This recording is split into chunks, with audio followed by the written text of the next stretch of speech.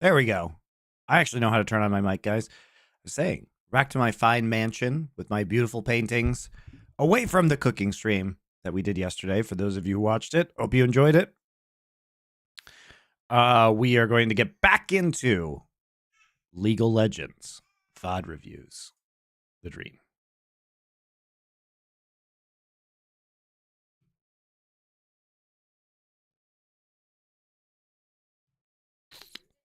Primary ban.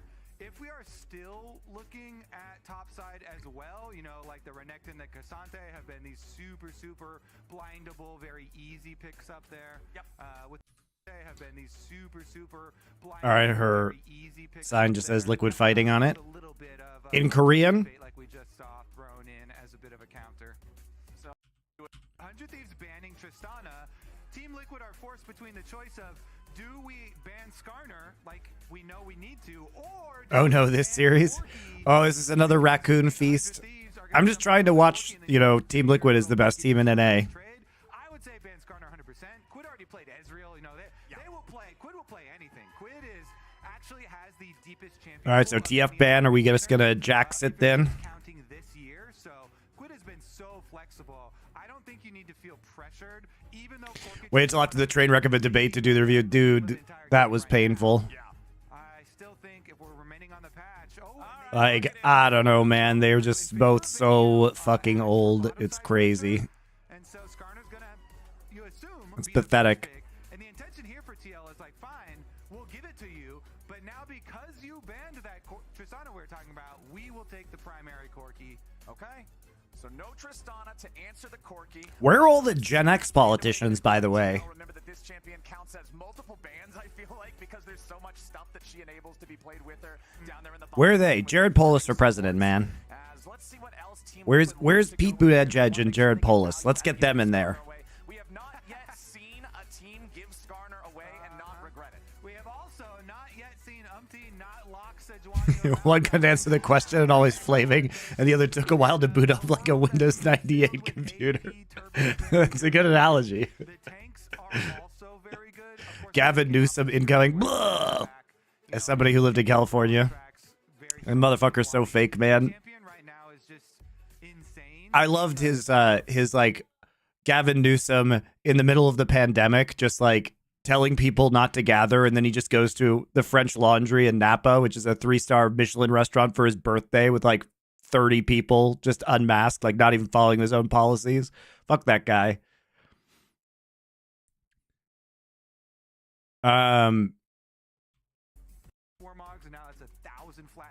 All right, so we're just prioritizing Ezreal Leona on 14-12. Basically, all the major regions except for LPL have been on 14-12. And we're just going to go ahead and take the Ziggs here. No. All right, so this is the new meta, guys. If you weren't aware, Mordekaiser, Keen did this. Actually, in the series we're going to watch later. I didn't see that series, but I know that he picked the Mordekaiser into Skarner. So he does fuck up Skarner in the 1v1 and can prevent him from doing anything in team fights with his ult.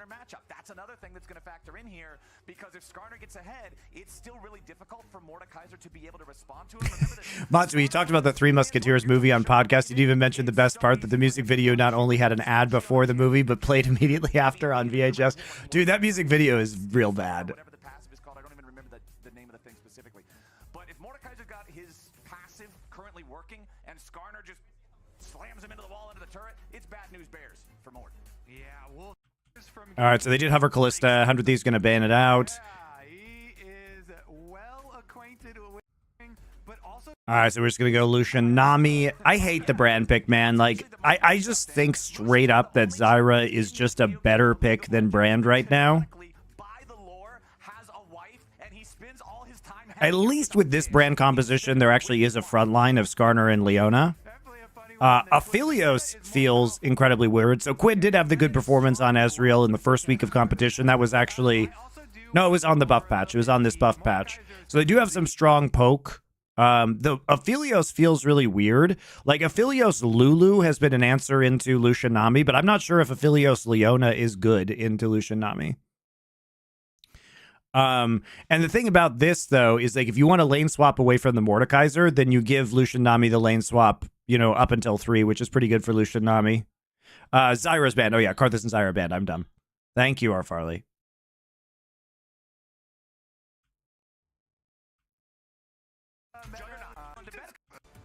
Spawn's back, I see. Good for him.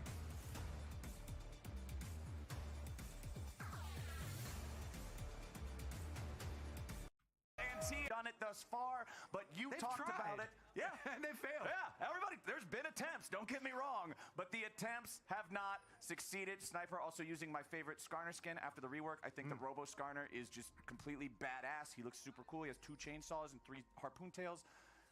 He's just cool, man. All right, wait, let's see what we got here. GLHF, U2, U2. Oh, man, come on, what is this? River's a decent player. Should have more than Brand as a backup.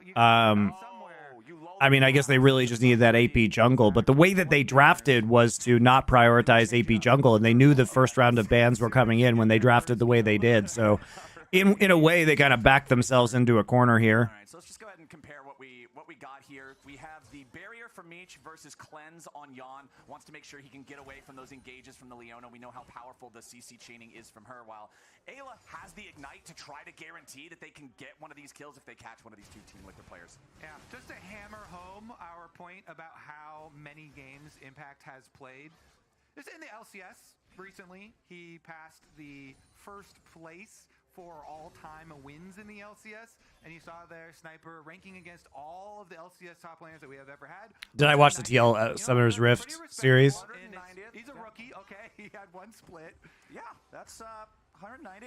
I think one of the producers told me earlier that the grand total of players that have played in the LCS is like 364, so he's almost in the top half. That's pretty good. So yeah, we're wow. chilling. That just makes me think. So like, about half of them didn't make it more than 1 split worth of wins, basically. I mean, tough out here, man. 100 Thieves that have a lot of wins in spring, so that's definitely more wins than you would usually get by only that small amount of time. But back on the Quid Ezreal points, really where it took off was the quadra kill and getting Baron for the team, and so this I think will be a more interesting kind of test.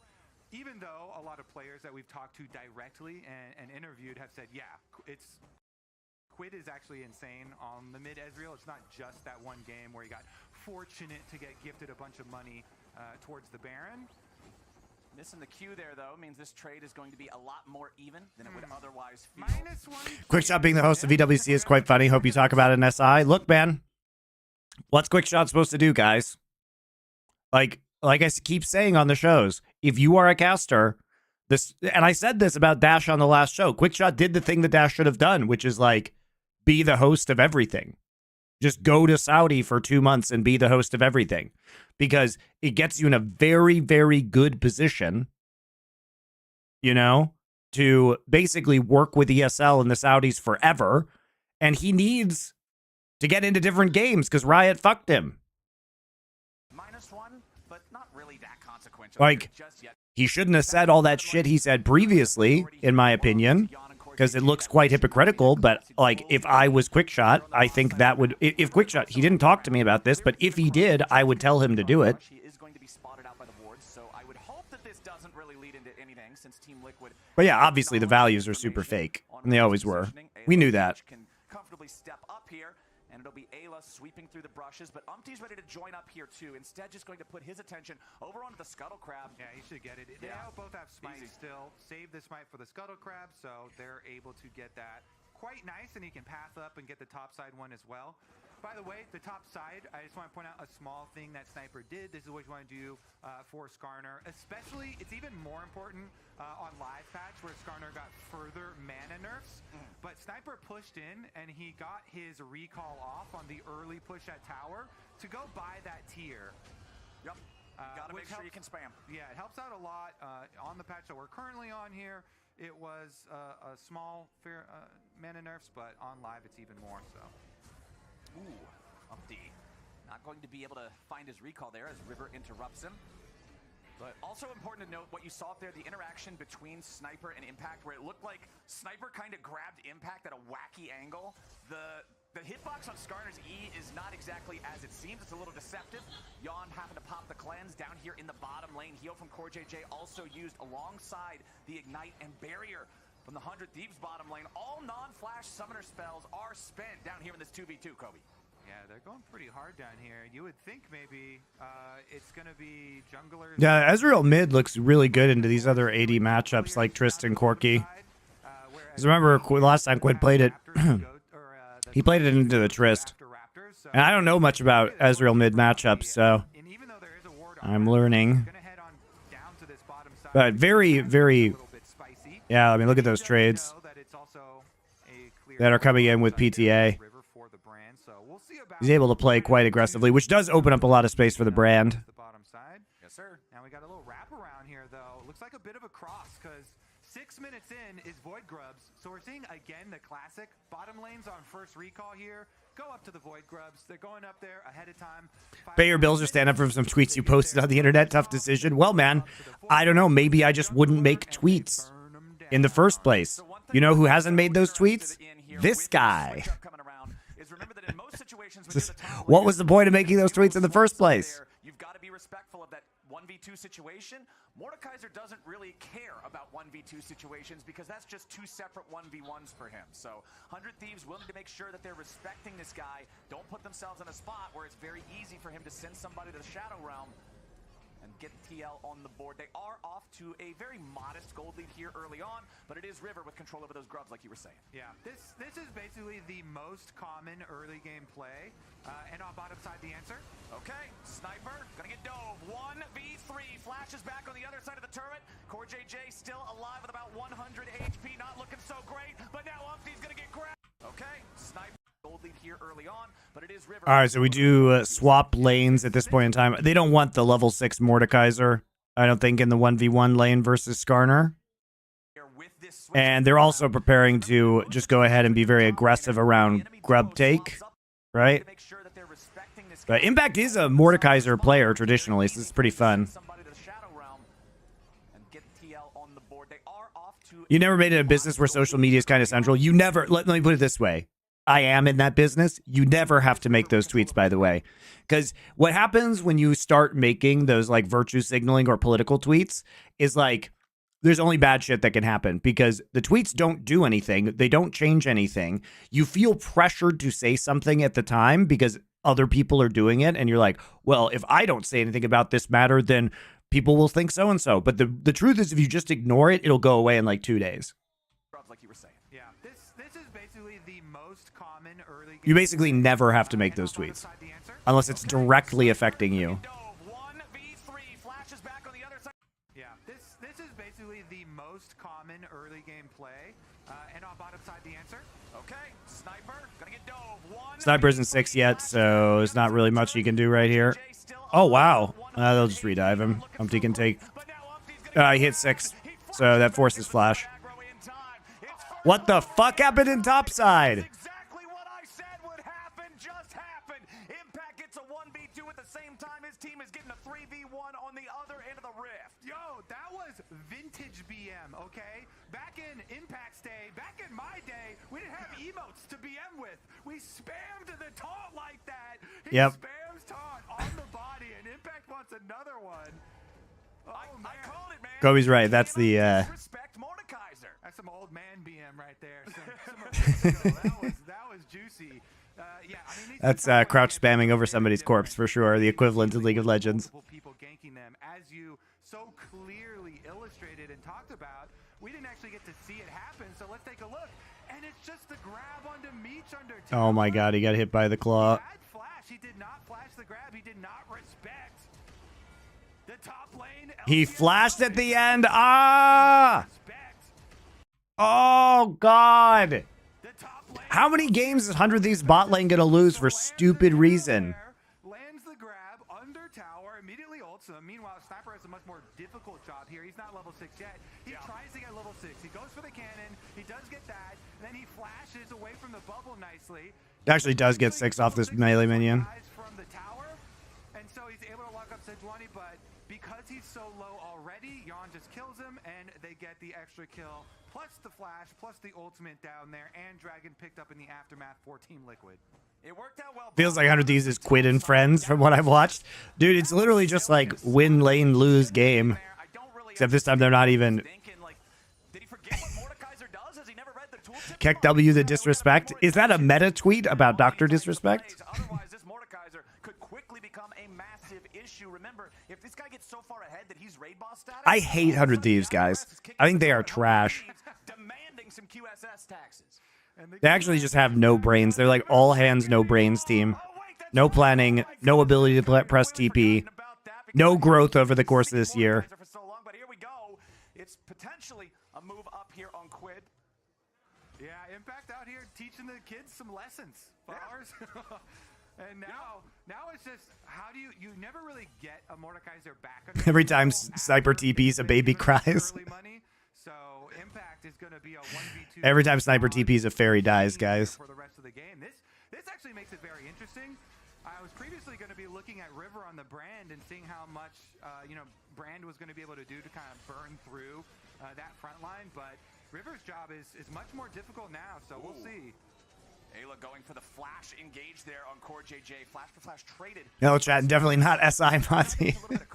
Look, I would never accidentally stream to the wrong Twitch channel, guys. What Mordekaiser does, and then who was it who didn't remember what Mordekaiser did? All right, Flowers, you're going to have to join him in Impact's lesson here. Yeah, they got Impact is going to take everyone to school. I thought you guys were skirmish. I love how APA actually always, he's typing so fast. You see this pretty frequently. He's got the letters misplaced. Nothing's spelled right. But nobody ever deducts points for that. They're just happy that he gets the message out. All right, Impact's going to find another one here. Might not be able to kill him off inside the ulti, but he's got Umpty right there to back him up. Impact and Umpty making it a 3-0 game. Mordekaiser just the hard counter to 100 Thieves. Impact is going to make them regret this one for sure. He just lays the beat down on another AD carry, burns another AD carry's flash. I mean, he's actually just the god of the game right now. Yep, and when we look at the jungle right now, 1-0-1 on Umpty, and he's down 1 farm compared to River. The thing that I was looking at is, can 100 Thieves and River use these high-tempo AP junglers to really put the pressure on Umpty, who continues to just play tanks? And the answer in the first 10.5 minutes of this game is no. Yeah, we'll see as River starts up these grubs with Umpty in the back. The 4th grub here, Sejuani grub. Sejuani grub. He has to go back over the wall. He does not secure that first grub. And since 100 Thieves is committing a lot of manpower to the pit, it looks like they will get the full 6 grubs here in game number 1. Team Liquid, of course, did take that first dragon earlier on. Second one going to be spawning in under 2 minutes here. But because those spawns aren't synced up, it's not like TL can grab something back on the other side of the map for it. Yeah, can't grab anything back. 100 Thieves, Has Impact ever lost on Mord? I mean, he's historically a very good Mord player. Let us look.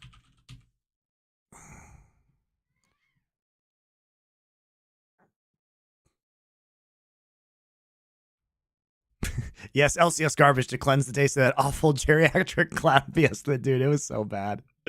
18, 66.7. He's 12-6 on Mordekaiser. It's just that split pushing is really hard when you're playing against the Fed Mordekaiser. So including this game, I guess. And maybe next game. I don't know if he plays it in the next game or not. Out of 6 grubs, usually you're like, oh my god, 6 grubs. I love that. Yeah, I've enjoyed watching Liquid so far too. I mean, it's a bad region, but they are clearly the best team.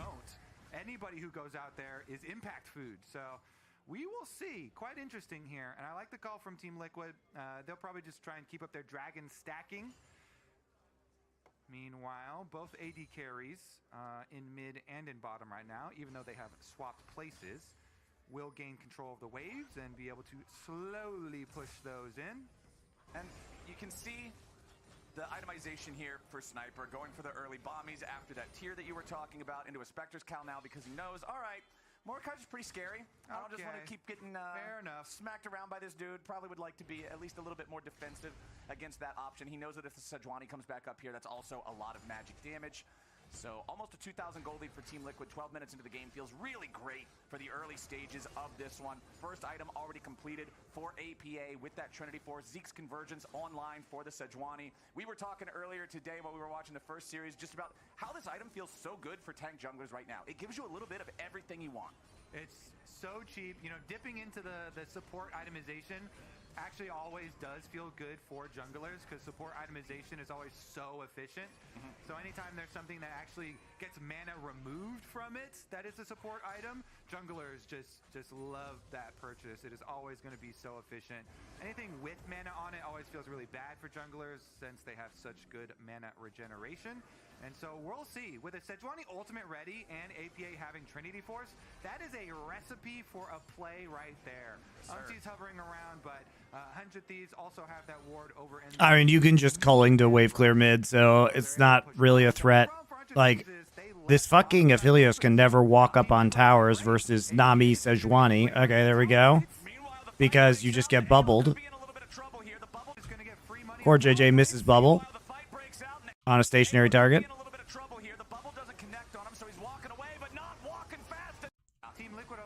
So look at Ayla here.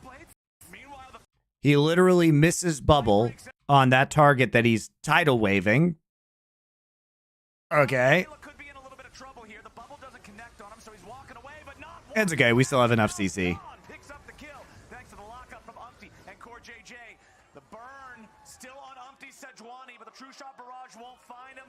Oh! Damage over time. River makes it an even trade there. Yeah, Brand passive and Leandri's is just so... I turned off the excuse for a debate where they started talking about golf. Dude, that was so cringe. Why are we debating over our handicaps? It's like old men debate over our golf handicaps. Like, what the fuck, man? I see my king watch 100 Frauds. Yeah, that's right. We are going to watch 100 Frauds together. Dude, the golf thing was just so unhinged. When everything was going so bad for 100 Thieves, we kept our eyes on River. This critical Brand pick. And River is still keeping to his game plan. Sometimes at jungle, as the rest of your team is all dying, they're all feeding, you just got to remain focused on your own gameplay, especially when you're playing a Brand. A very selfish jungler here. Makes him more quirky and relatable. I don't want a relatable president. I just want a competent human being who's not geriatric. Remember that Sejuani is so good against front-loaded damage because of both Arctic armor and the aftershock. She has so many resistances for those first couple of seconds. But Brand doesn't even care about that. Quid better care about APA though. The Ezreal damage because of both. So we're just gonna all in the bot side here. So he has the W on him, so Quid goes forward, but there's a big one that hits him immediately. Then we Valk forward, get all of our Foss bombs off, flash forward on the brush. Okay, so the thing is, Foss bomb gives you vision. Foss bomb gives you vision, guys, so once you're tagged by it, you can't hide in the brush.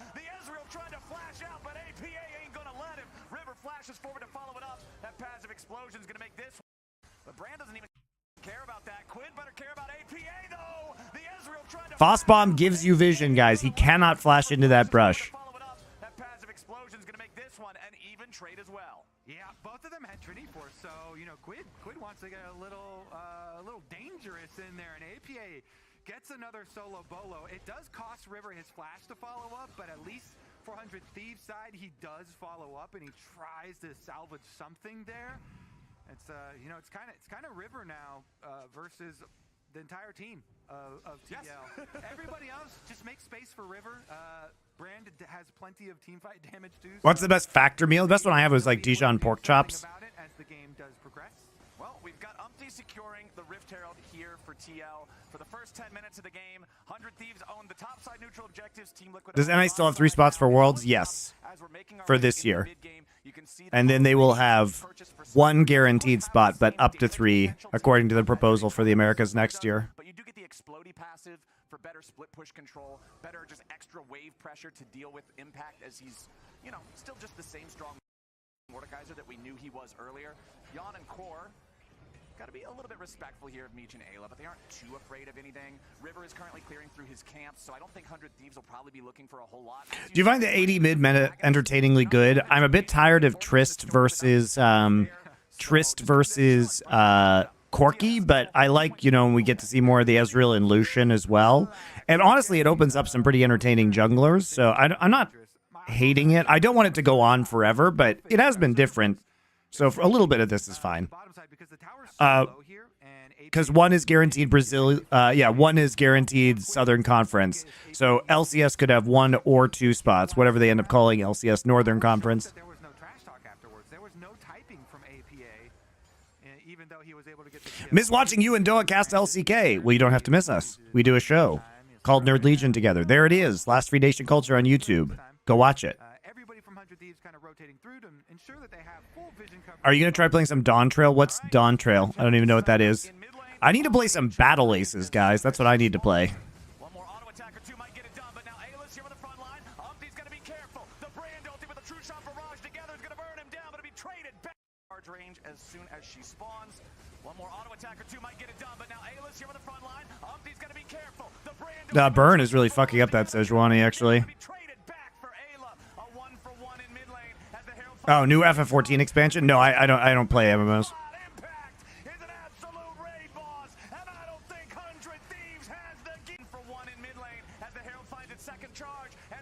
Impact is actually just walking on top of people. Who did he ult right here? Or he just ulted Meech? No. He ults Quid. Oh, okay, he ults Quid. It's hard to tell when he actually uses his ult in Observer.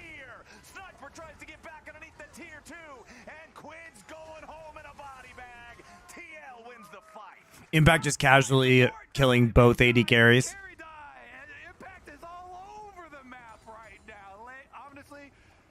He didn't even have to TP for that. Where was he? He just literally walks up for this Herald take, hides in the brush, and then walks in when he sees them engage. And then he just zones them out. Him and Yun just zone out the side. And why is Meech standing so far forward again against a Mordekaiser that has ult up? What is he doing? ARAM, or what is this? Not ARAM, sorry. AM Arena Enjoyer. Thank you for Twitch Prime sub.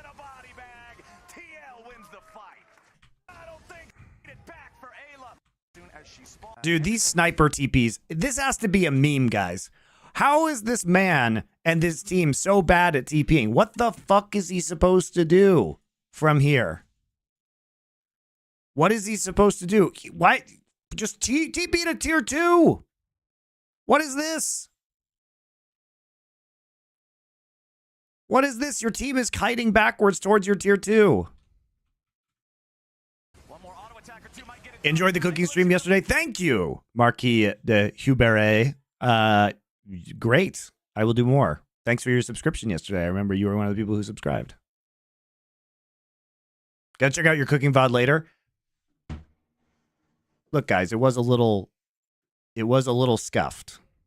Not gonna lie, but here's the thing. I gotta get some more air in this room. It's very hot in here. It'll get better. Got lots of plans for the cooking stream. But it was it was, I mean, look, the production value is already very good for a live cooking Twitch stream, and it will get better.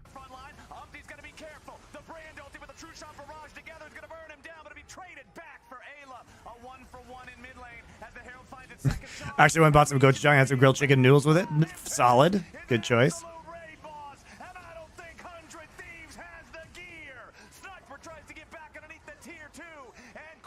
Yeah, I mean, the 4-camera setup's really good. The audio was a little scuffed, especially at first before I fixed it, and then it was peaking a lot, so I need to take that down. But also, part of the problem, guys, so here's the setup that's going to come in. I'll pause it right here. Is that I'm missing a piece of equipment that I need right now in order to take it to the next level. Because, like, basically, I won't bore you with technical details, but I had to stream it directly from the HDMI switcher yesterday instead of using a PC and OBS. But when I get the piece of tech that I need to get it back into OBS, what's going to be able to happen is I can start cook something, come to my PC, switch to VOD review or game playing while we wait for it to cook for a few hours, right? And then I can switch it back to the kitchen setup without turning off my stream. And then also that will fix the audio problems because I will be able to use my audio interface instead of hooking the mics directly into the HDMI switcher. So it's very cool, but I need that piece of tech. It'll be here soon, though. How often will I have the cooking streams? More and more frequently. Because I'm going to do it in a way where I can do cooking streams directly into VOD review streams. Let's give player of the game Impact. Well done, Mr. Impact. Here's another look at how it went down. All right, so Impact comes out of the brush, out of the shadows here. He's able to get the grab onto this TP is so shit. The number of fights 100 Thieves takes where Sniper does fucking nothing. He literally does nothing this whole fight, guys. He gets onto Yun and he forces a flash. That's literally all he does. And then he gets chased out under turret. Meanwhile, 3 members of 100 Thieves die. Even though other people were taking the final hits on those kills, I'm counting all 3 of those to Impact. They are simply Impact's ads.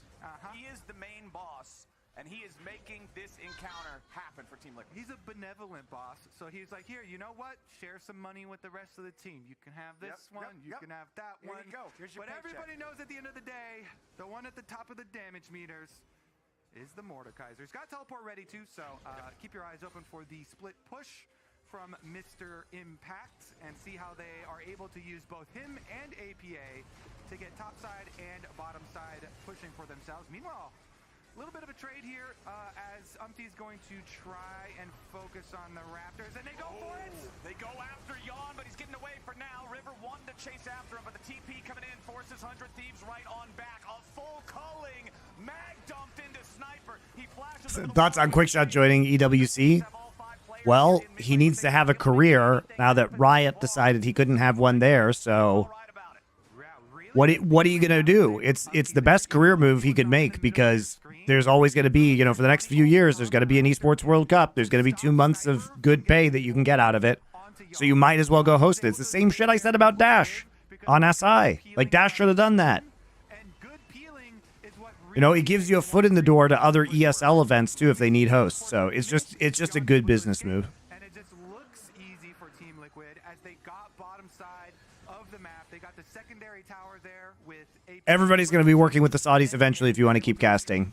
So you're not going to be able to say no forever. There's 6,000 gold ahead, man, and the clock is only now about to hit 20 minutes. You can see the Infinity Edge completed there for APA. We've got the rapid fire cannon and the BF sword in the inventory right next to it. That second, almost third fully completed item here for Yon. This is becoming really suffocating really fast for 100 Thieves. I don't really even know what the goal is here other than hope that Team Liquid makes a mistake in going for a Baron too early and you can try to punish it, maybe get some massive AoE from the brand because it feels like Meech's Aphelios is invisible this game. Sniper hasn't been able to make a meaningful... The Aphelios pick, I think, is super sus. I don't know how it's supposed to be good. He already showed he's losing these to APA right now. Yeah, honestly, I'm just so proud of Team Liquid for how well they're able to split push. Yes, the beginning of the game with Impact getting so many kills and Impact being such a force, that's one thing, but here we go. Bang. Ayla wants to make the engage. He goes after core JJ, but 100 Thieves just can't back it up. Dude, Meech can't do shit. So many kills and Meech has purple and blue guns at the start of this fight when Ayla engages. He doesn't actually hit Solar Flare, and so Yun can just do a combo onto Ayla, Tidal Wave into culling right onto Meech. Meech literally does nothing. And misses his ult.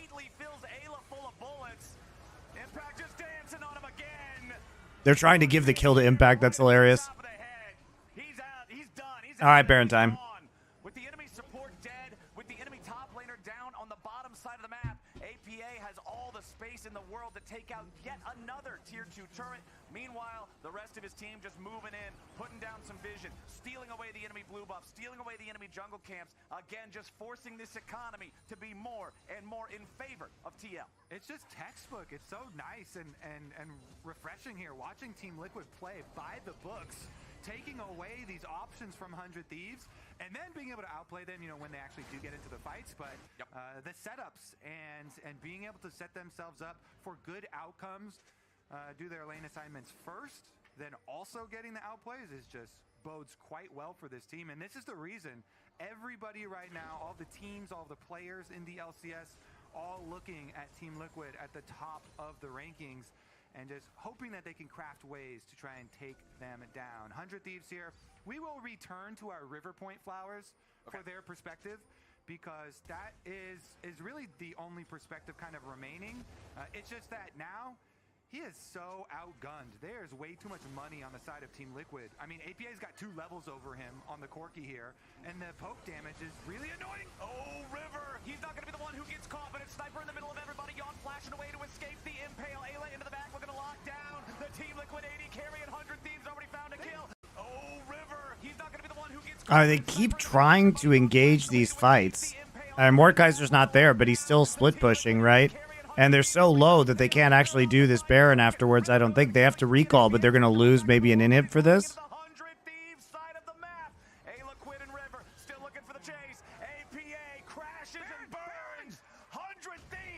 Well, you can't. Skarner can't 1v1 the Mordekaiser.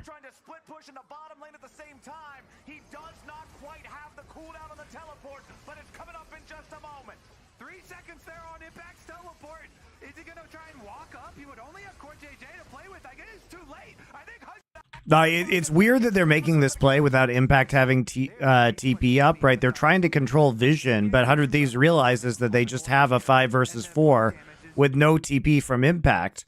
So, like, why are we posturing so aggressively in these choke points? The Skarner can go over walls, and then he just gets Yun just gets chain CC'd and dies. Yeah, it's very sloppy by Team Liquid.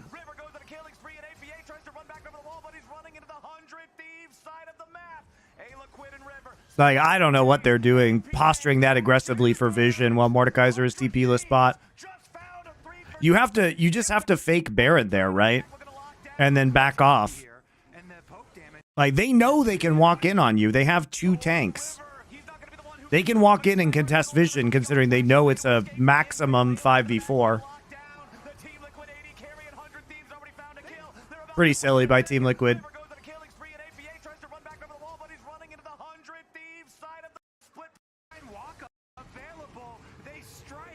Yikes. Couldn't even get the turret in bot side. Making a comeback here. Let's take a look at it. Sniper, he forced Yon's flash over to the side, and it's Ayla and Quid. Ayla and Quid go right over the Sejuani to assassinate Yon. Beautiful stuff. Meanwhile, Well, it's pretty fucking easy when you have a 5 versus 4. This Aphelios has been useless this whole game. Into the mid Ezreal, into Quid, who really rewarded 100 Thieves. Is coming. Sniper has an answer. All right, we got a TP coming in to reinforce 100 Thieves, but Impact. All right, now they just die, right? Surely they just die. Okay, Quid gets ulted, Quid gets grabbed in, Quid gets killed. Now they're on top of the Aphelios. Aphelios has to flash. Slows them down for a moment. Umpty's trying to get back away. River lighting these guys up as they try to continue chasing down the injured 100 Thieves players. Umpty with 200 HP. Impact at death's door, but Yawn, APA. Did I ever catch the LGD BLG game? Not yet. Sniper has no ulti. Ayla regenerating rapidly here with I heard Knight played quite poorly, though. looking for maybe some kind of a play, some kind of a punish. APA coming around from the But he's been playing badly so far in summer. Not gonna jump in there here just yet. 100 Thieves. They will end up walking away from this one. The fight. Still that kill onto Quid. The punish from TL. The pincer attack works out and it earns them soul points. There's the NA moments. Upset guns. I'm still the main character of this game. Nice comeback, 100 Thieves. But Hearing about how you're going to make it an interactive, include leaderboards potentially is something exciting to look forward to and participate in as a viewer. Yeah, the cooking stream, I've got a lot of good ideas, guys. You'll see. the gold It's going to be we're going to implement them like little bit by little bit, but I have a pretty big vision for the cooking content and to like make it very video game focused and like gamify it. You know, I think there's a world where we can do stuff like not only leaderboards, but like battle passes, if that makes sense. I need to figure out how to do this, but battle passes could be like a really fucking cool idea.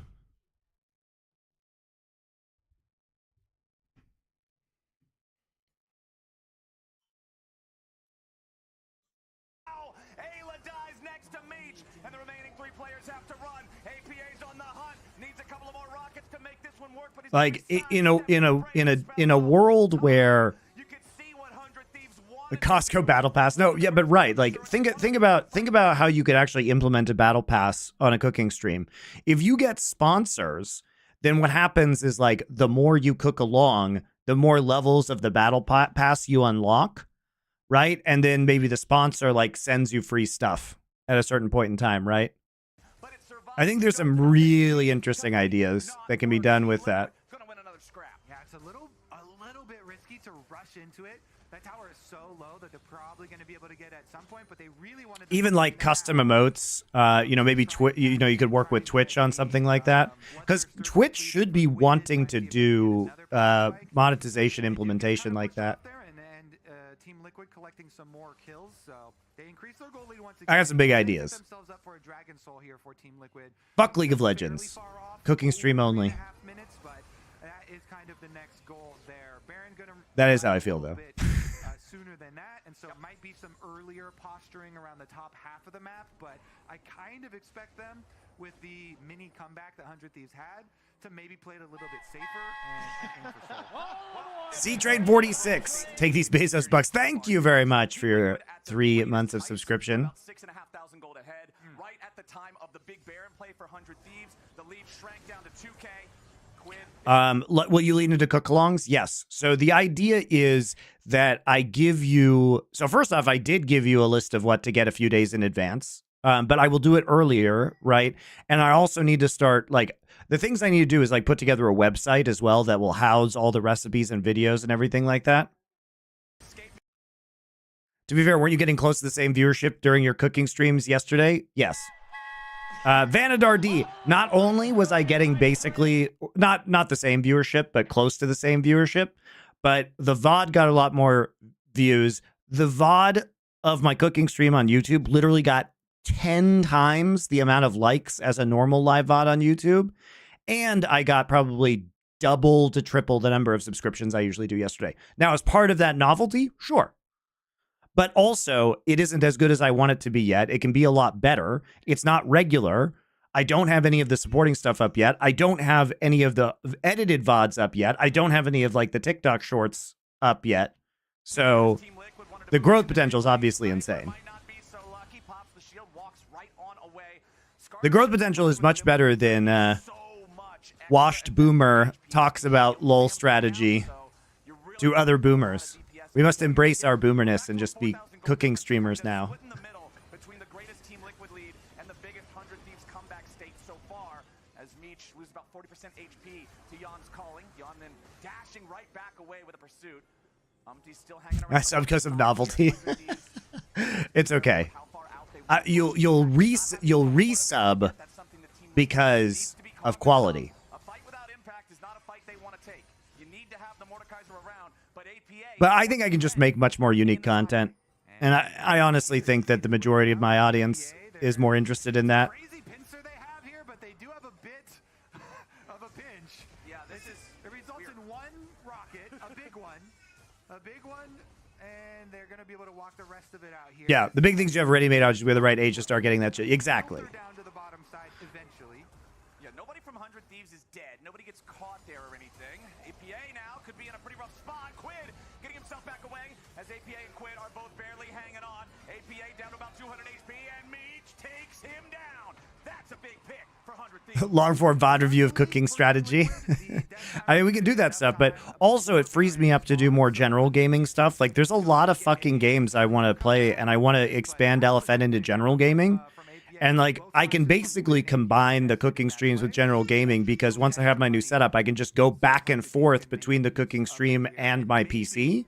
So it's like, while we wait for things to cook. Because the real genius is, like, if I need something to cook on the stove for 4 hours that I don't really need to look at, we can prep it.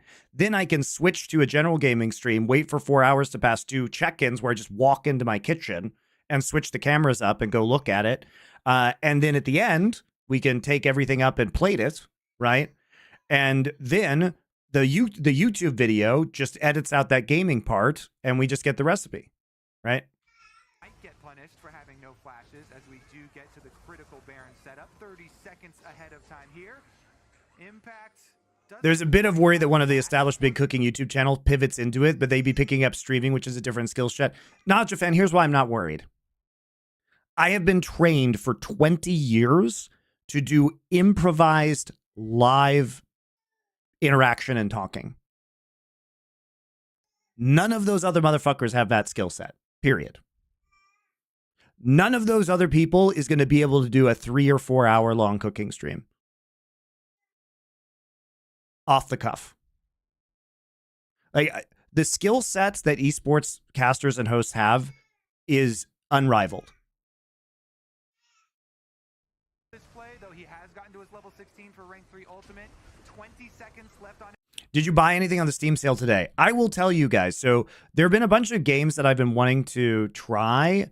What did I put in my cart? I haven't bought anything yet. Tavern Master, Solium Infernum, Homeworld 3, Banishers, Ghosts of New Eden, and Golden Idol Mysteries. Those are all games that I've been wanting to play. Sins of a Solar Empire 2, when it comes out, might be interesting.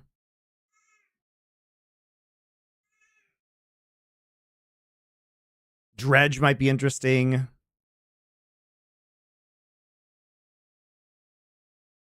Her Story might also be interesting. I'll chuck Her Story in my cart. It's $2.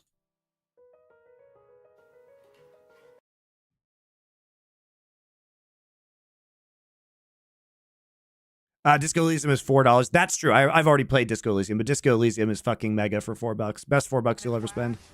Okay, Ayla gets caught by the Sejuani ulti. The Glacial Prison locks him up. Skarner ult won't accomplish anything as Yon steps out of the way of it. Ayla is picked off. Umpty down to about one. Might be one of the very few people who can actually pull off cooking streams. The reason why it will work is I have very strong brand ideas about it. And what I want to do is really lean into the cooking with for gamers aspect, right? I'm going to do a whole fucking pixel art graphic package for this. I'm going to introduce gamified elements. And so nobody is doing that content, by the way. Nobody. So, and the crossover is huge. So, and I can actually cook. I actually have worked in restaurants cooking, guys, in my life.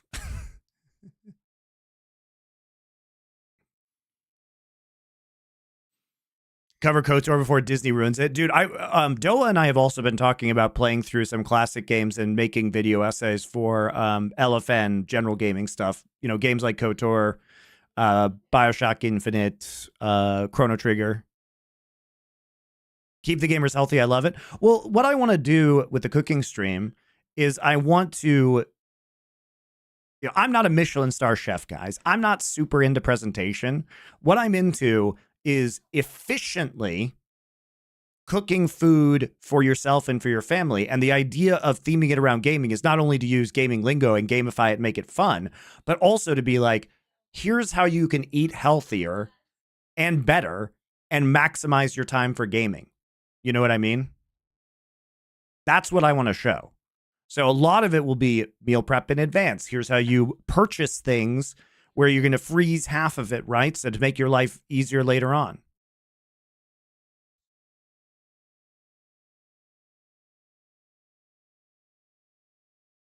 Third HP, dashing out of the way of the True Shot barrage there with the Arctic Assault. River's still on the side. TP coming in. Yes, APA makes his way into the fight, but as soon as he does, he's hit by the WQ combo from the brand. Takes him down to below half health just with 2 spells plus the burn. The brand damage is absolutely insane. That is a pillar of flame.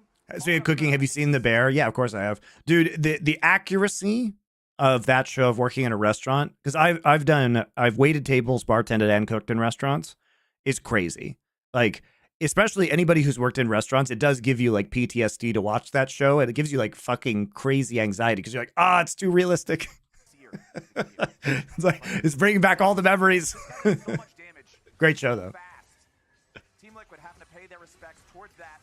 River trying to get himself back out here. You can see he's 3/4 of the way to level 16. Yeah. That final level on the ulti, that massive team. Yeah, also guys, the thing about cooking content is that so what you see is you see a bunch of like fucking drivel on TikTok that is just like, Nobody's actually making those recipes on TikTok. That's being said, I will do TikTok content. But the real juice of what I want to do is that here's what nobody is doing, whether it's gaming, cooking related, or otherwise, is having a set schedule, giving people recipes in advance, creating a database of those recipes on a website, encouraging cook along.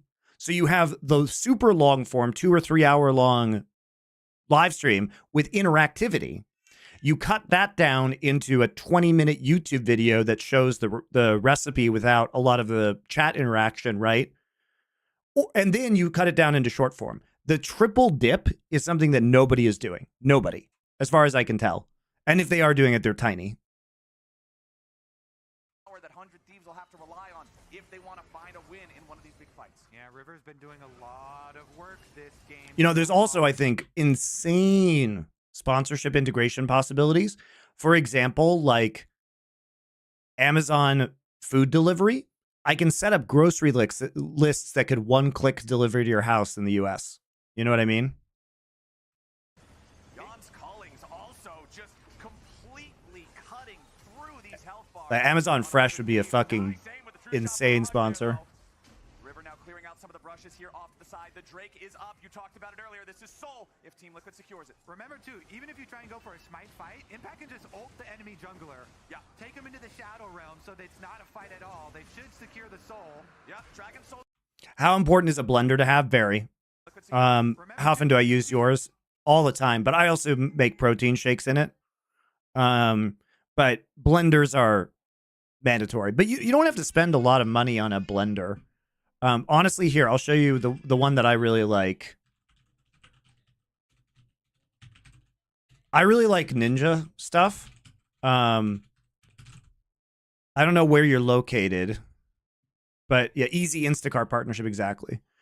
Hold on, let me just look on Amazon for you real quick. So, hold on. You can get a combo blender, food processor combo set for $167. And this thing will last you forever. Here, this. So it's a great blender.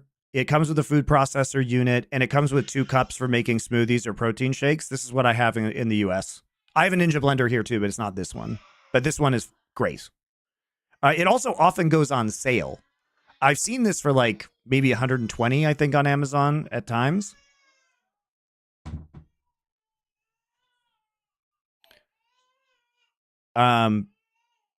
So yeah, this is like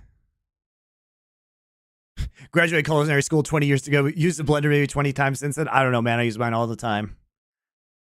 And the food processor is super good on this one. You also can you can get different attachments for this blender that will julienne stuff, make fries. It's pretty cool. I think Ninja quality for the price is crazy.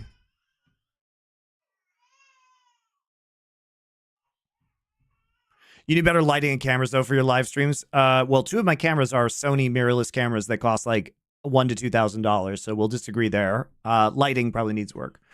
Some of the cameras were having some issues. I think I had a bad cable onto one of my cameras. But yeah, well, if I keep doing it, I'll upgrade it over time as I make money.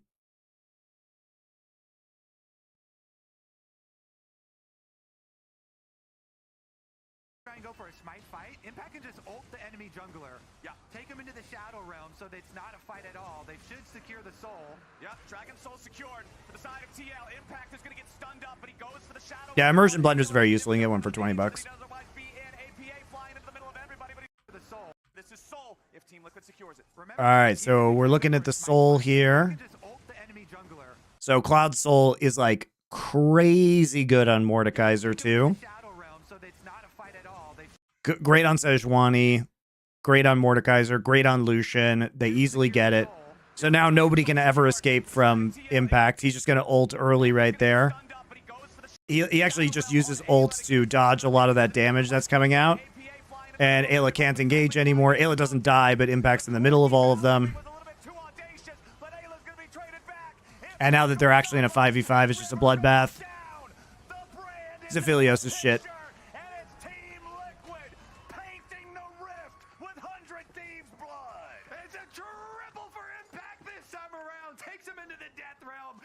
Liquid will take the Baron as their payment. That's going to put a nice capstone on this one. Do I have a favorite Korean stew? Galbi Jim? Probably. But I mean, I like most Korean stews, like Chunchang jjigae, kimchi jjigae, these kind of things. I'll make a lot of Korean food while I'm here because it's easy. The Mord pick did work. Well, it worked for Keen, too. We've been seeing this a lot more this week, the Mord counter pick into Skarner. We'll see it in the next series as well. I haven't watched the games of the next series, but I did see that Keen picked Mord into Skarner and won. Because they killed off everybody on 100 Thieves, he doesn't have to worry about securing that Baron immediately. Impact very low. He might finally die. Meech, red, white, don't fight. Shuts him down. Oh my god, he got a shutdown onto Mordekaiser who didn't have ult. And he finally had red and white guns for a 1v1. Shuts him down. Teleport. All right, we finally see. You need a Galbi recipe? Sure, we can do Galbi. Galbi easy. Go down. Nicely done from Meech. That is big. That previous fight there at the Dragon Soul was the first. Who's useless now? Impact was the only remaining Mordekaiser without ult. Gave 1,000 gold shutdown, but this game is still over. Was a silly death, though. They didn't get Baron, so it doesn't matter that much, but... No, they don't have Baron on their split push.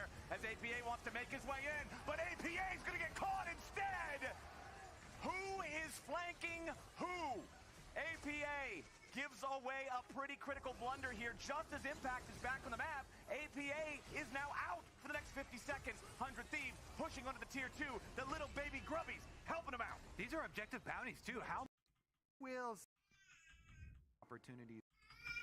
Of course, we have to pause this game right before it ends. Everybody's hanging around, still seeing. Especially because top lanes got all the way up to the top turret. So it presents an interesting situation where you sometimes think there's going to be a pick.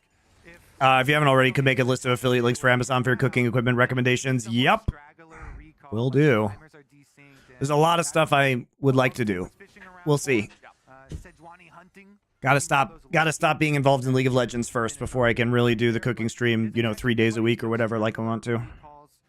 Found here, so it is a full reset. Team Liquid, they've got APA back and alive. He's got double summoner spells heading down mid lane to join the rest of the squad.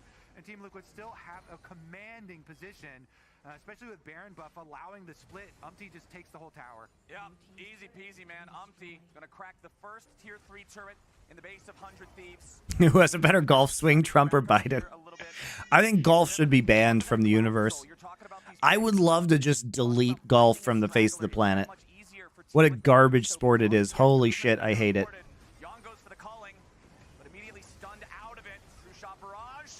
Chumps core JJ pretty massively, but look at the health bars on 100 Thieves. These guys are not fit to fight. Impact is coming around from below. Golf's so fun to play. No, it's not. It's not even the best sport you can do while drinking. That's skiing. For now, but Team Liquid has forced 100 Thieves back. They cannot stand and defend. That mid lane inhibitor is gone. Nice spacing there from Impact, even in the Death Realm. You could see it. As it was going to time out soon, he backed up to the Skarner ult range, and it kind of baited Skarner ult from Sniper and walks. Remove golf and replace it with mini golf. Hell yeah, mini golf rules. Back, able to avoid it, so he eventually. Drinking and skiing is crazy. Dude, why do they have bars on the top of every mountain, dumbass? You're just bad at drinking and skiing. Meanwhile, I am quite accomplished at that. It loosens you up so you don't get hurt as bad when you fall.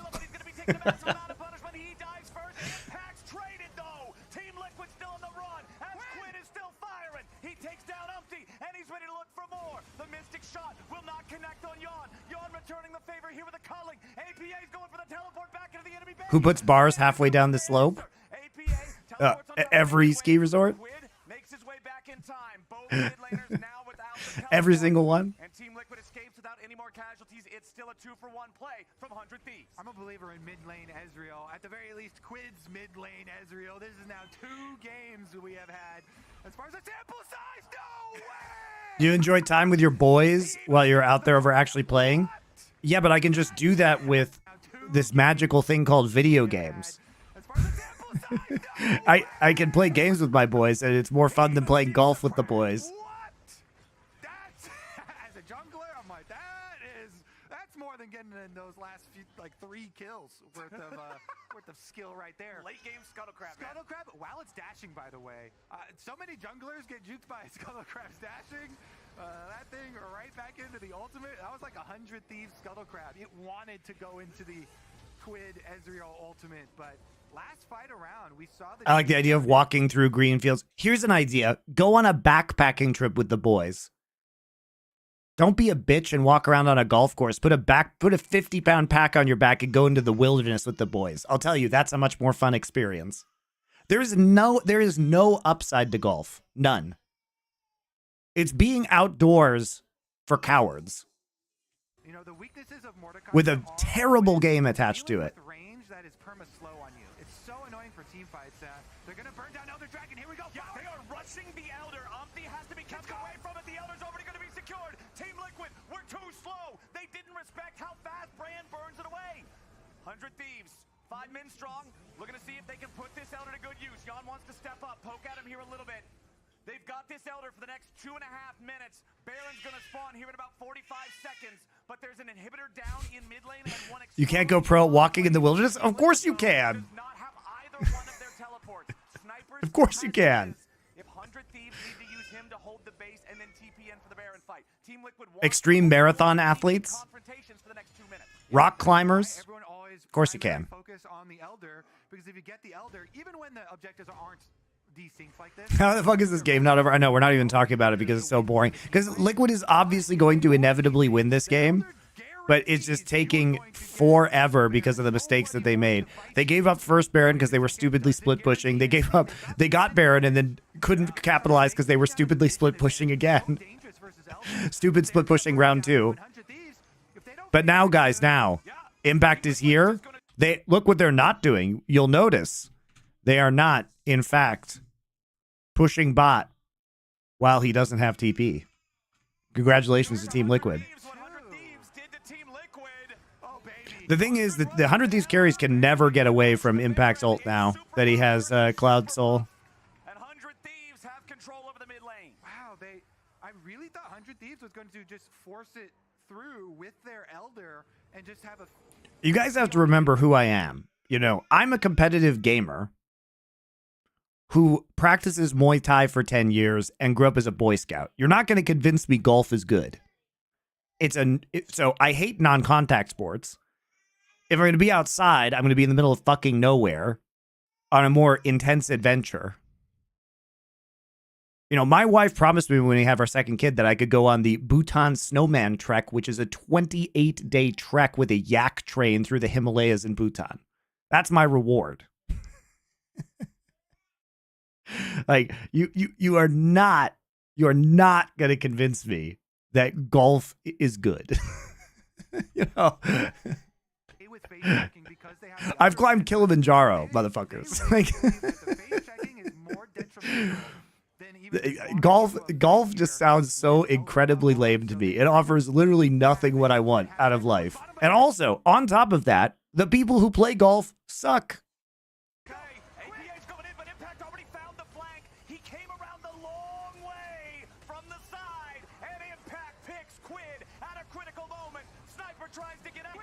Is more detrimental than even just walking into a fight here with Elder buff on, so they let him have it and have Sniper push bottom, but here we go. Quid's in the mid lane. Impact is literally just flanking him in a brush, and he's pushed up by himself, and Impact, all he has to do is just flash on top of him and use ults, and he dies. What an insane game of League of Legends. Opinion on bowling? Fucking fun. I am bad at it, but you know what? Having some beers in the lane, good times. And they have to do it now. Team Liquid here winning against Elder Dragon. They are doing it. Impact with the flank around. Gets Squid, uses his flash to do it, and they want to win the game on this, Flowers. With the Baron buff, they can push in. See. Holding live broadcast experience being good for a cooking stream. You can go back and watch Chef Shock VODs on Twitch. Dude, Chef Shock, I'm friends with Justin Warner. guys, I know Justin. Chef Shock inspired me to do this stream. I think Chef Shock is fucking amazing. I don't know if I would say I do it way better yet. His production is crazy on those.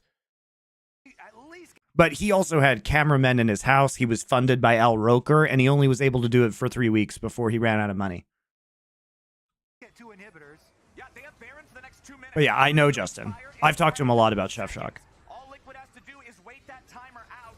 They can turn their attention to this bottom lane inhibitor during that waiting time. But also, Justin Warner was doing that in like 2016, guys. He was so far ahead of his time, it's ridiculous. But the tech has come a long way. You know, the reason why I'm able to do it with a similar quality to Chef Shock is because he had to have like producers in his apartment, cameramen in his apartment, because the technology was just all professional broadcasting equipment. Now, the tech is at a place where I can basically just do it with my wife and have 4 camera angles. So.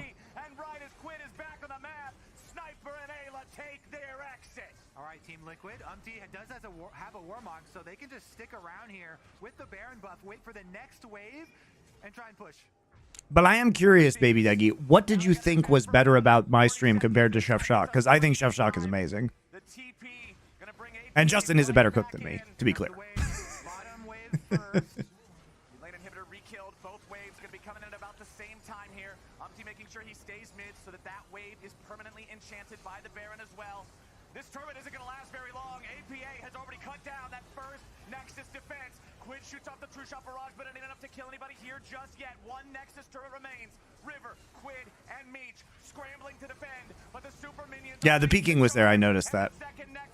What a terrible game this was. Holy moly. I mean, Liquid's win was kind of inevitable, but they just had to figure it out over and over and over again. You can tell the difference with the comfortability of live broadcasting. That's fair.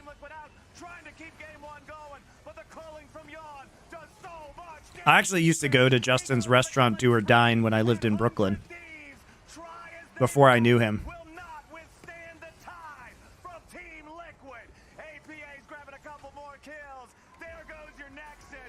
Spawn was not very pleased today. I mean, I wouldn't be pleased with that performance either. Like, that could have been a very clean game. And it wasn't. I mean, it didn't ever feel like they were actually going to lose, but... It's like in the middle, they got some catch-up gear there. But I do appreciate the feedback on the cooking stream, guys. I'm taking that very seriously, so thank you. Very interesting, you know, to follow the rest of this. The Wolf food review at the end of the cooking stream. You know, one of my things is I will get guests on there. Have the potential here to carry and try and push this series to the full 3 games, but so far we actually had a blue side ban of the Skarner behind the Thieves this time around. Wow. They don't want to first pick it again. Well, I mean, if I'm 100 Thieves, based on what I saw from that first game, I know that I don't want to pick it again because I gotta get my fan on in here real quick. It's getting so hot in my room. I'm pretty sure Do I have another one scheduled? Not yet. Was that one where he defended against the dive? He hit level 6 in the middle of it earlier on. It's actually insane how much better Young K became. That's true. There's not a whole lot. Monty knows cool people. Yeah, I mean, I know Justin because it's very weird the reasons why I know Justin Warner. So I actually know him. I met him because of Chef Shock, but our lives were like weirdly intertwined. So I'm from Fort Collins, Colorado, and he got his start as a chef in Fort Collins, Colorado at restaurants that I used to go to. And I actually know people from my high school that knew him when he was cooking at those restaurants, even though I didn't know him. And so we had that in common. He's not from Colorado either. He moved there later. Then he won Food Network Star, and he started a restaurant in Bed-Stuy in Brooklyn called Do or Dine. And Do or Dine got a very good review from the New York Times, and he was doing like elevated twists on Southern cuisine in like 2010, 2011. And he was doing like chicken and waffles, but with like Cornish game hen. And his most famous dish was actually a foie gras filled donut. Great restaurant, really fun to be there. And so he would actually personally come around to a lot of the tables and introduce himself. And one time I was there, he was rapping about wine to the tables. He's very entertaining. Then I think they got into a fight with some of the other co-owners of that restaurant, and he had to shut it down. And then I was in Korea, and one day I just opened Twitch, and I saw Chef Shock on the front page. I was like, what the fuck? I know that guy. So then he had gotten this investment from Twitch and from Al Roker Media, to basically do a 3-week trial, and he was getting like 5,000 concurrent viewers, which is, you know, very good for 2016 was when he was doing it. But he was way ahead of the curve. Here, I'll show you guys what I mean. Like, you can watch his old videos on Twitch. He only did 2 weeks, but he had like themed days of the week. And so he really inspired me to do a lot of this 8 years ago now. But if you look at the production quality, this is bonkers. This is bonkers for the era.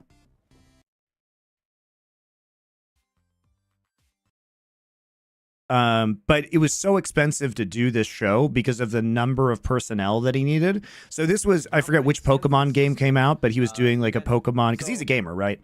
So he was doing this Pokemon themed stream. So I got into his chat and was like there because it was on in the morning, my time in Korea, because it's like the same time I was doing my stream yesterday, because it's good for the evening for people to cook along. But he came up with the cook along idea and share people's posts in social media, give the recipes in advance. This was all his shit. And so he actually, this was in his apartment in Brooklyn. So because of this, I got in touch with him, and then he was a huge Overwatch fan. So when I started with Overwatch League, I invited him, he was an NYXL fan, to come to the Overwatch League studio. So he would come, and then he would, like when he was in LA, he'd come and watch Overwatch League, and then we go out and drink and, you know, afterwards. So I started to get to know him. And he does grocery games. Like, he does a bunch of work with Guy Fieri now on TV on Food Network. He also does like the Marvel cooking videos for the official Marvel channel. We're gonna set up a steamer pot. But what he ended up having was a static camera here, and then he has an actual cameraman with like a camera aimed at his cutting board. But here's the thing, that's a very cold show for me, and I like to watch it when and he too had, you know, somebody reading Twitch chat basically. You know, but I can do a better setup, and mine can be more automated now because technology has come a long way in the last 8 years. Graphics in your kitchen, guys. Make sure. Yeah, we're gonna restuff this crab. So he's making chipino, which is a San Francisco style seafood stew, which is delicious. So what he would do is he would go through all of this, and then like here's somebody who's cooking along with him. Oh, I see a social media post here in the timeline. Let's see if I can find it. And then he does a mukbang at the end with the person who's reading Twitch chat. I don't know who she is. It's very hot. And check this out. I'm gonna get in on this crabby action. Woo, Nelly. Oh, look at that. But you can see they have to have these like real microphones, whereas like Rode makes the wireless GoPros now. And I'm gonna see how it changes my the Rode Wireless Go's, which are the wireless lavs I was using that are amazing tech. Even though I had it programmed badly and it was peaking. You know, I'm not a huge, and I got so sweaty, the mic's falling down. I'm not a huge proponent of turkey. I think it's a difficult... Andromedia, thank you so much for cheering. I'm not a huge proponent of cooking turkey, but if you have to cook turkey, maybe... But he had a whole... I think you can see it at the end of this.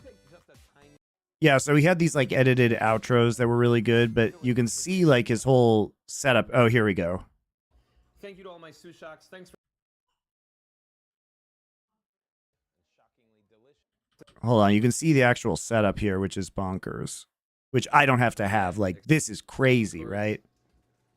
Look at this. You have an entire production table. Anyway, listen. This has been a blast.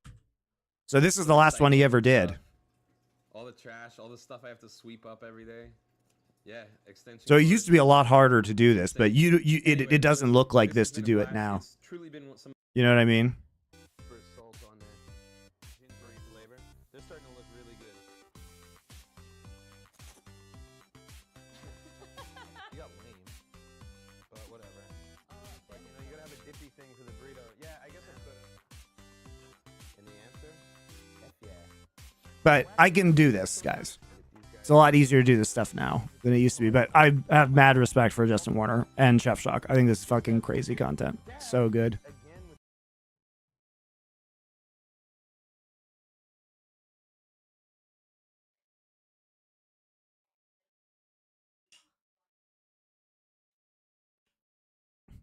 Dabbing certainly dates the content. I mean, it was his thing. Dabbing for sand dabs was his subscriber thing, which I think is good because you can actually do something with your whole body. I'll probably do something like that. You can do something with your whole body. At the time, it was one of the coolest things anybody had done on Twitch. It was amazing at the time, guys. I mean, it still is amazing. Like, it's aged amazingly well over 8 years, in my opinion. So there's Chef Shock for you guys who don't know. But that I mean, basically inspired me to do what I'm doing now. I stole a lot of Justin's ideas. We didn't see any of those big multi-ultis to turn around a team fight. It does standard here. Game one worth watching? No, it's trash. All right, so Skarner not going to be taken this time. They don't want to opt into the Mordekaiser matchup again. So Ashe is available for some reason. So Zyra's up this time, so that's what River's going to take. No more Brand. And we're just going to take Renekton in the top side to get a preferable matchup there. We're opting into the Cassante, huge front line. Nice scaling. I mean, Team Liquid does like their scaling 80 carries. Taking out Yone for Quid. I mean, we still have Ezreal up. Are we not worried about that?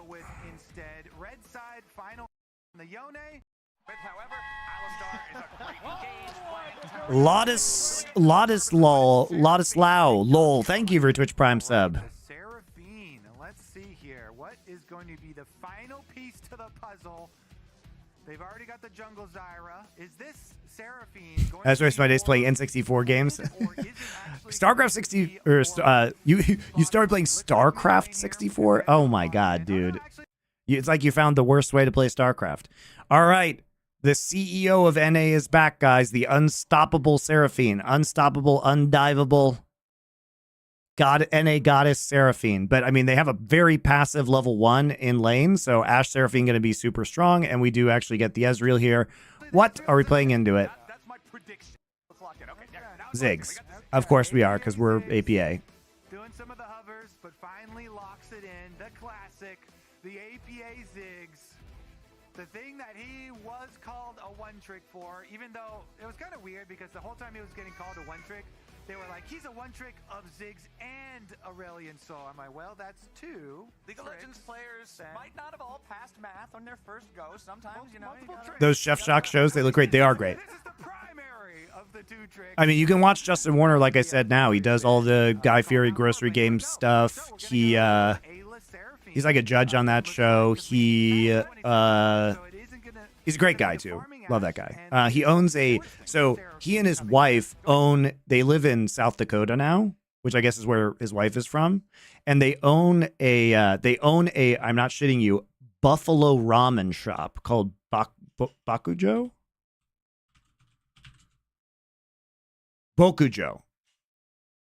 in Rapid City. And I have never been here, but this guy literally made a bison ramen restaurant. So he runs this too. Stop. I don't want to order online. Please just let me look at the menu.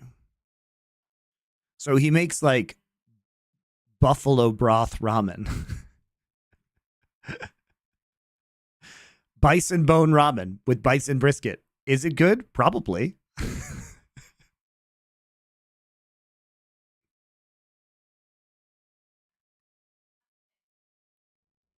I'm a sushi chef becoming a bartender manager for friends to know we're cooking. I'm going to start doing cooking streams. Nice. What equipment I use that makes it a lot easier? Well, it depends on how ham you want to go. I think that the Rode Wireless Pros are necessary as mics. But it just depends on how much money you want to spend on cameras and switchers and stuff like that.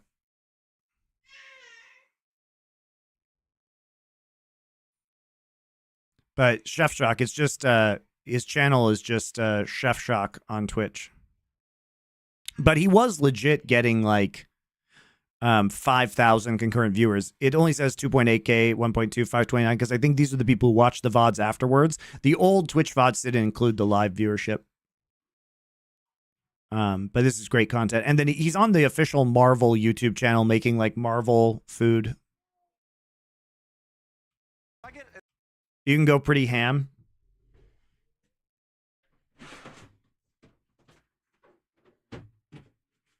Then I'm not going to pull the real thing out right now, but you want this Atem Mini Pro ISO or the Mini Pro ISO Extreme, which is the 8 HDMI switcher.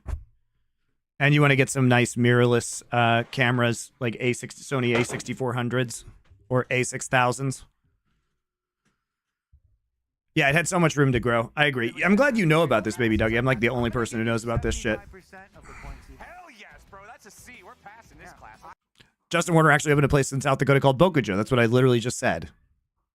I grade on a curve. I like that. I like that. All right. So let's see how this is going to shake out for 100 Thieves. What's the biggest difference, I guess, you would want to see from 100 Thieves in this? Oh, I talked about Dr. Dist. What is there to say, guys? Like, I mean, it would be nice not to give over, I mean, until we get more information, like, there's not really, there's just a bunch of, like, accusations floating around. Okay, so Doesn't look good, though. if you do the same play where you swap 5 minutes up towards top side of the Thoughts on map, Kendrick? I throw don't really the listen to top side Kendrick. play, when you go after impact, I mean, I have to say the trans sex worker twist was not one I saw coming. Casante is another one of these champions. It keeps getting weirder. I'm just waiting for all of it to come out and the dust to settle. I saw today that YouTube demonetized his YouTube channel, so he lost all of his subs, which is insane. They paused all of his YouTube memberships. To give us a full 3-game series. I hope we get one. I mean, it's my favorite part of best of threes is getting to go the distance and like really see what everybody's got. As Jan, man, he has got himself in a pretty bad spot there. Had to pop the cleanse immediately. So it ain't looking good. You know what I mean? There, down one summoner spell. Let's see. Ayla's gonna recall. Jan is gonna recall. They'll have plenty of time, so not super long-lasting effects here. Why did Twitch hide the fact? Maybe because they didn't want headlines like ends up getting punished. our platform is being used to solicit minors for sex. I don't know. Seems like a big PRL for Twitch. Yeah, Twitch is trying to hide its degeneracy from mainstream public opinion. Clear towards the bottom side, but I always mention this with Zyra. The tweet only mentioned pausing subs. That's true. It's not as important. But I'm just saying it's not good if they're, I mean, they're obviously at minimum, you know, doing an investigation. As like Shaco, but the early invades to pop the seeds is always quite nice. And they're going to do more than just pop the seeds here. Yeah, They want to take the blue buff. they're going all the way. Core JJ is even here. But Nice cue from Sniper. That was a nice little chunk. I would assume Twitch wasn't supposed to look at individual whispers. Yeah, the whole thing about whispers being accessible is also potentially a privacy violation in Europe. So, like, I think there's an entire massive ass can of worms there. This is going to be Umpty starting on their stronger side of the map. What year did Amazon buy Twitch? Like, very early on, like 2014? Something like that. 2015? It was before 2017. Guess what, top laners? Because my wife was working for Twitch and it was owned by Amazon in 2017. Is level 1 invading Zyra the good stop for the power farm? Yes. I think what Whippo and FlyQuest did with the Poppy at level 1 was really good too. And we're actually lane swapping in this game, which is smart because you don't want to play Zeri, Alistair level 1 into Ashe Seraphine level 1. You just get bullied out of lane. So this is a really good value play for Team Liquid where they disrupt the early jungle of Zyra. I mean, Zyra shouldn't be starting on this side of the map, realistically. That was kind of silly. Guess what, top laners? You do not get to be top laners. You have to roam Summoner's Rift and look for your true purpose, which is either to help your jungle clear. Yeah, either to help your jungle clear or just trying to be. Quid just casually dominating every lane with mid lane Ezreal feels good. Can be very annoying to enemy mid laners, so Impact is gonna try his best. Just you're not scared about that level 1 unprimed in Tofo strike hitting you for 75 Look at the top laners. Wait, go back to the top laners. This is funny. Okay. Yeah. What are they doing? Impact just ran right by a Sniper. They're chasing each other around. They know. They know the other one. Neither of them really have much to do. So. Yeah, TL does seem to. TL and FlyQuest have been doing a good job of messing with Zyra's early. It prevents like the 3-minute full clear gank. You guys know what I mean? Also, Zyra invading, not too amazing. What is Impact doing? What the fuck, man? Sniper, they're chasing each other around. They know. I think it's very dangerous to be on this side of the river. You should be on top side of the river at the moment. Because he has TP, so if he needs to go to bot turret to catch the wave, he can be there. This seems really greedy from Impact. It feels like he's trying to avoid using TP while still maybe being able to get into the wave and bot side as part of the crash. But like, Okay. I just don't understand NA teams. Like, remember, guys, what we said about unemployed junglers. They are very dangerous when they don't have a job. Right? I guess this jungler isn't unemployed because he has a job. His job is to clear topside. So his job is to clear topside. So why are we here? You know he's not here. He can't be here. He's almost certainly not here. Like, how would he have gotten there with the Cassante hovering around mid? So he has to be coming this direction. Chasing each other around. They know. He's in the fucking Bermuda Triangle of danger right here. Yeah, that's right. Draw a triangle around Impact. Yes, exactly. This is the fucking Bermuda Triangle where you die.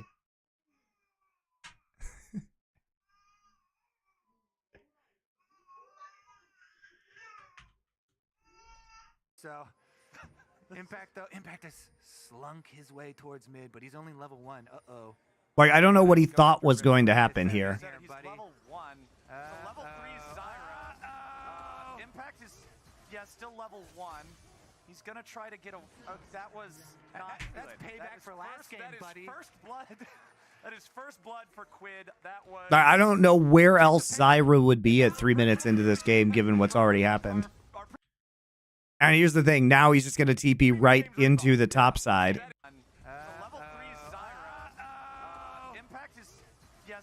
Because you're not going to die to a Zeri dive. That's payback for last game, buddy. First blood. That is first blood for Quid. That was... Check the PayPal. A regretful decision from our... He can get dove here, too. So he sees the TP into bot side, and he's like, fuck it. Just going to TP into top. All right, Impact. Let's see how you bounce back from this one. He does at least teleport back underneath the tier 1 turret in time to catch the EXP for most of this wave, but it is still pretty hard for him to walk up and try to farm any of it. You can see he's still at 1 farm now. He got his first... Do the headphones block out the child cries? No, I'm trying to keep my door open because it's really hot in Korea, guys. And I don't have AC in this room, so the AC is outside of this room. But my wife also has, like, a bunch of mom friends and babies over, so this is just the life I'm living, okay? My choices are listen to occasional baby scream right now or be really fucking hot and sweaty. And I can't open the window because it's hot outside. Almost 4 minutes into the game. He's got 1 farm. He's level 2. And since he already teleported down to bot, So I'm trying to, like, air it out a little bit between games. Sorry, buddy, you need to go back up top now. So he's just spending all his time getting that cardio in. At least Close the door and shirt off. Is like, here you go. I will hold the wave right in front of tower. Your computer runs in a room without AC. Look, I'm going to get a little AC. Yes, and unlike you, Phaetox, it's not just a computer. It's a bunch of cameras and lights. So it's even hotter. For Impact as he will walk back. What would a fan do? The fan does nothing. And the AC is in the other room. The only room that doesn't have AC in this apartment is this one. Has been emerging as this Quid main pick. Not the other mid laners in the LCS don't feel as enthusiastic about this pick. Just circulate hot air, exactly. Does. And then of course APA's signature champ. So I want to see which one will actually. The goggles, they do nothing. APA gets to call 2 other members of TL. Okay. To come help him out. Remember though, Ezreal's really Classic good at using Simpsons that episode. to buffer away from Alistar, and so the Alistar just leaves. Yeah, and in lane swap scenarios, you always have a whole side of the map to play to. Yup.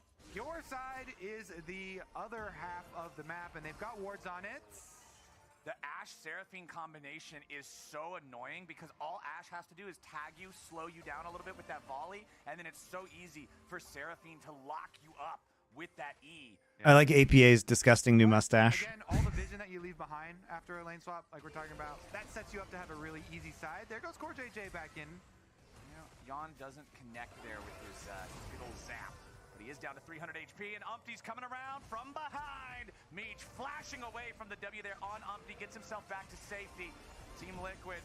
The 2v2 wasn't looking so great, but the jungle pressure ends up turning things back around for him here a little bit, but some nice return damage on the back end of the play from 100 Thieves, as River is now going to find Umpty here in the tribe rush.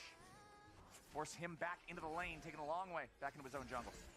Honestly, if they're able to defend, but Quid is coming over, so I don't know if they will be able to defend. Goal here for TL is to soak the wave, but Quid is on the way. Here comes the Ezreal. All right, what are we going to see from 100 Thieves? This is a 4-man play, but it's 3 from TL. Core JJ going in for the engage as Meech is the target. Mega Inferno! Way, here comes the Ezreal. All right, what are we going to see from 100 Thieves? This is a 4-man play, but it's I don't think we should be diving this TL. Core JJ under the turret. Like, they preempt this really nicely just by going in onto Meech. It's another bot lane whoopsie from 100 Thieves. How many of these are we going to have? Meech literally walks forward, so he dodges the laser, right? But in doing so, in dodging the laser, he puts himself underneath turret against a Sejuani and Alistar who can both basically flash CC him. Because Sejuani could Q flash as well here.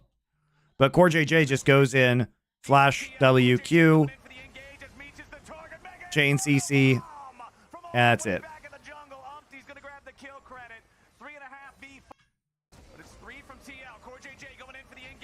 To soak the wave, but Quid is on the way. Here comes the Ezreal. All right, what are we going to see from... Yeah, Ayla also gets turret aggro by harassing right there, so Ayla has to back off the turret. Meech steps the other direction towards the engage to dodge the laser.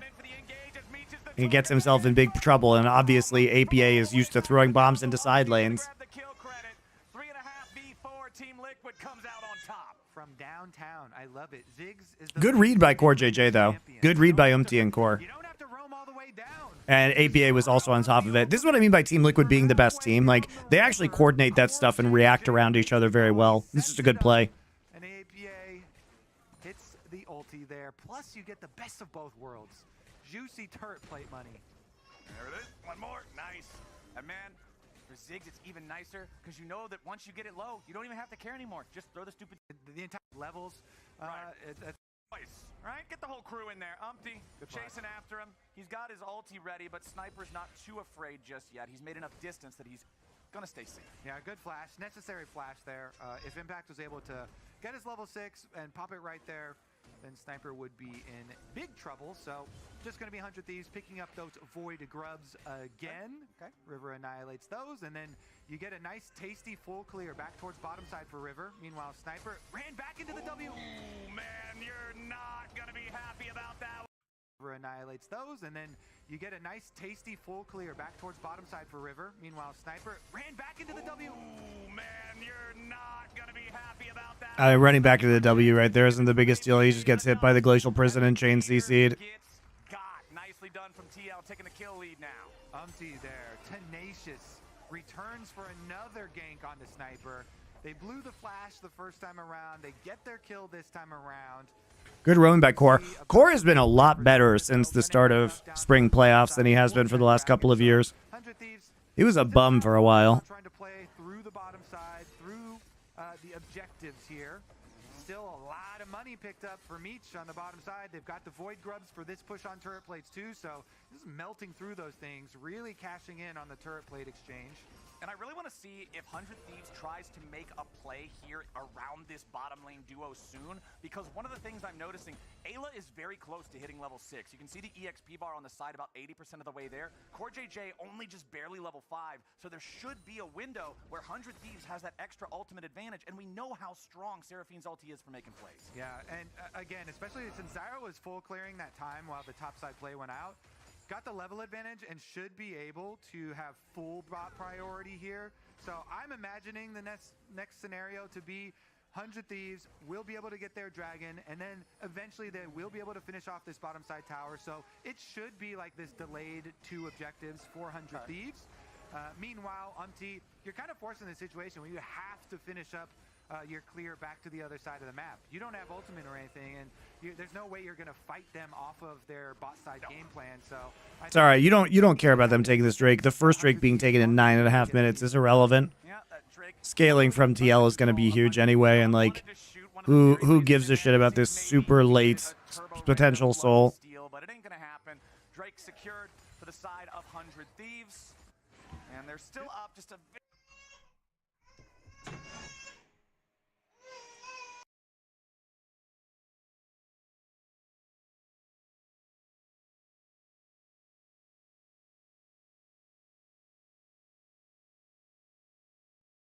Sorry, my wife. Very, very small amount of gold. Umpty has that ulti ready to go on Sejuani yet again. Dive, dive, dive. Sniper is the target. Immediately pops the Dominus once he sees the Sedge because he knows what the plan's going to be. But it's still so much firepower from Team Liquid. APA, 2 kills now. Kids awake at 10 p.m. Well, it's 2 p.m. for me. Yon going after him with the Zeri. Ain't going to find enough to really threaten the kill, but Impact's in trouble down in the bottom side at the same time. Stranglethorns locks him up, throws him up. Ayla needs a little bit more damage to finish this one off. The high note ain't high enough, but River's gonna get it done with the Thorn. Meanwhile, mid lane here, a Hex Flash. Oh, Quid has to try to get away there with the Arcane Shift. Stays alive, even steps out of the way of the Zap. Well, Quid having Merc Treads is a big problem in the lane against Zeri now, right? Blue team first turret. You can see it on your screen right I can't imagine that rushing Mercs is very good beyond just the initial start of the laning phase. You saw in the split there that they also got their kill onto Impact, so both top laners really enjoying lane swap game this time around. Both 0-2 on the top lane camp. Hooray. Top laners just have to love whenever this comes back into the meta. Impact's going all out, and River could be in a little bit of trouble. CP's going to come in to try to make it an even trade. Who is the more that decided NA1 plays EU2 and EU1 plays NI2 in the Esports World Cup, while LPL1 plays LCK2, vice versa, round 1, because they want it to be entertaining. That what they want is to have competitive quarters, shitty semis, and maybe a good final. But they're WWEing it because otherwise, you know, we just saw MSI guys, so it's the only way with the same teams from MSI that you can make this interesting. So revenge there for Impact, however small, does feel very good. All right, Umpty jumping in after Quid here. Again, man, it's pretty hard to engage on Ezreal just because the champion is so easy to buffer through so many CCs with the Arcane Shift. But Yon and Core JJ is going to continue pushing things out here back in mid. Umpty and APA both coming down. This could be a really rough spot for 100 Thieves. They're not aware that Team Liquid's got the positioning that they do off to the side here. Team Liquid's ready for the ultimate collapse. River, Sniper, and Quid all trying to stay safe, but it ain't gonna work out too great. Immediately jumping in onto the Zyra, and APA goes on a killing spree. Yon's gonna get traded back. 100 Thieves makes it even here. Do we get a Saudi recipe stream? We make some shawarma. I love chicken shawarma. Honestly, for 100 Thieves, that was pretty good. They still got to the 4 grubs. You just need to grab 1 to be able to get your breakpoint now. So they got their. Have you seen the Rue guy video about Genero and Joshi? Yeah, dude, the Genero stuff is actually outrageous, by the way. I didn't even know that stuff. Like, the crazy thing about Genero is she's like, I'm going to start my own foundation for women. And then she put a bunch of shit on TikTok that was like her showing off all of her handbags, like that are worth like $3,000 each. And then now she's going to, it's not like, and then she's like bragging about making a 6-figure income. And then now she's like, I'm going to the Esports World Cup, guys. Like, okay, then. Than I thought it was going to be. Honestly, with the setup there, I thought that it's pretty was gross. A disaster for them. Because it's clear she doesn't need the money. But I guess that blood money buys you more bags, so it's cool. Yeah, let's take another look here at how this happened, because it did look really, really dicey for 100 Thieves. Yeah, and especially I want to point out that items were completed. Vapid influencer TikTok content. Not even once, guys. Like, if you want to be the vapid TikTok influencer, don't have ethical causes that you're trying to push. He only is able to jump that like small wall there, and he just jumps the small wall into the Void Grubs, and the arrow does land from Meech, so they got their 1-for-1 kill, and 1 Void Grub achieved to get to their 4 breakpoint. So not the end of the world here, 400 Thieves. Having 1 Dragon, 4 Void Grubs while facing the 1.2k gold deficit definitely is a position that they can still look for some sort of a comeback here. I will say, though, APA on the Ziggs is going to be really hard to deal with. I mean, that's 3 kills for kill credit for him. He already had the Ludens for the burst last time around. The Ziggs burst is going to also be hard to avoid, since you have Sejuani and Alistar holding people in place for a lot of this giant Ziggs bomb damage. All right, Team Liquid's infiltrated the enemy jungle, seeing if maybe there's an opportunity for some playmaking here. Quid is the one to respond to the tier 2 push from APA and Umpty. Team Liquid knows this is not the easy target to try to make a move on, but a beautifully placed arrow from Meech. Takes a Nice body block there on the W by MT. This one up over the wall. JJ could have tried to come in, but decides the better of it there with a Hex Flash. Quid does not end up getting the kill. I know, getting the Saudi bag to buy more bags. Amazing. He's got his locket completed, rushed to locket, and stands still right in front of APA after he got hit by the Ash arrow and is able to get him out alive. So well done.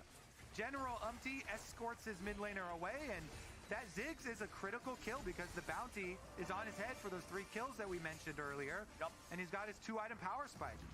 River, though, ever the focused jungler, always focused on these objectives, always focused on trying to get his team to the victory march here.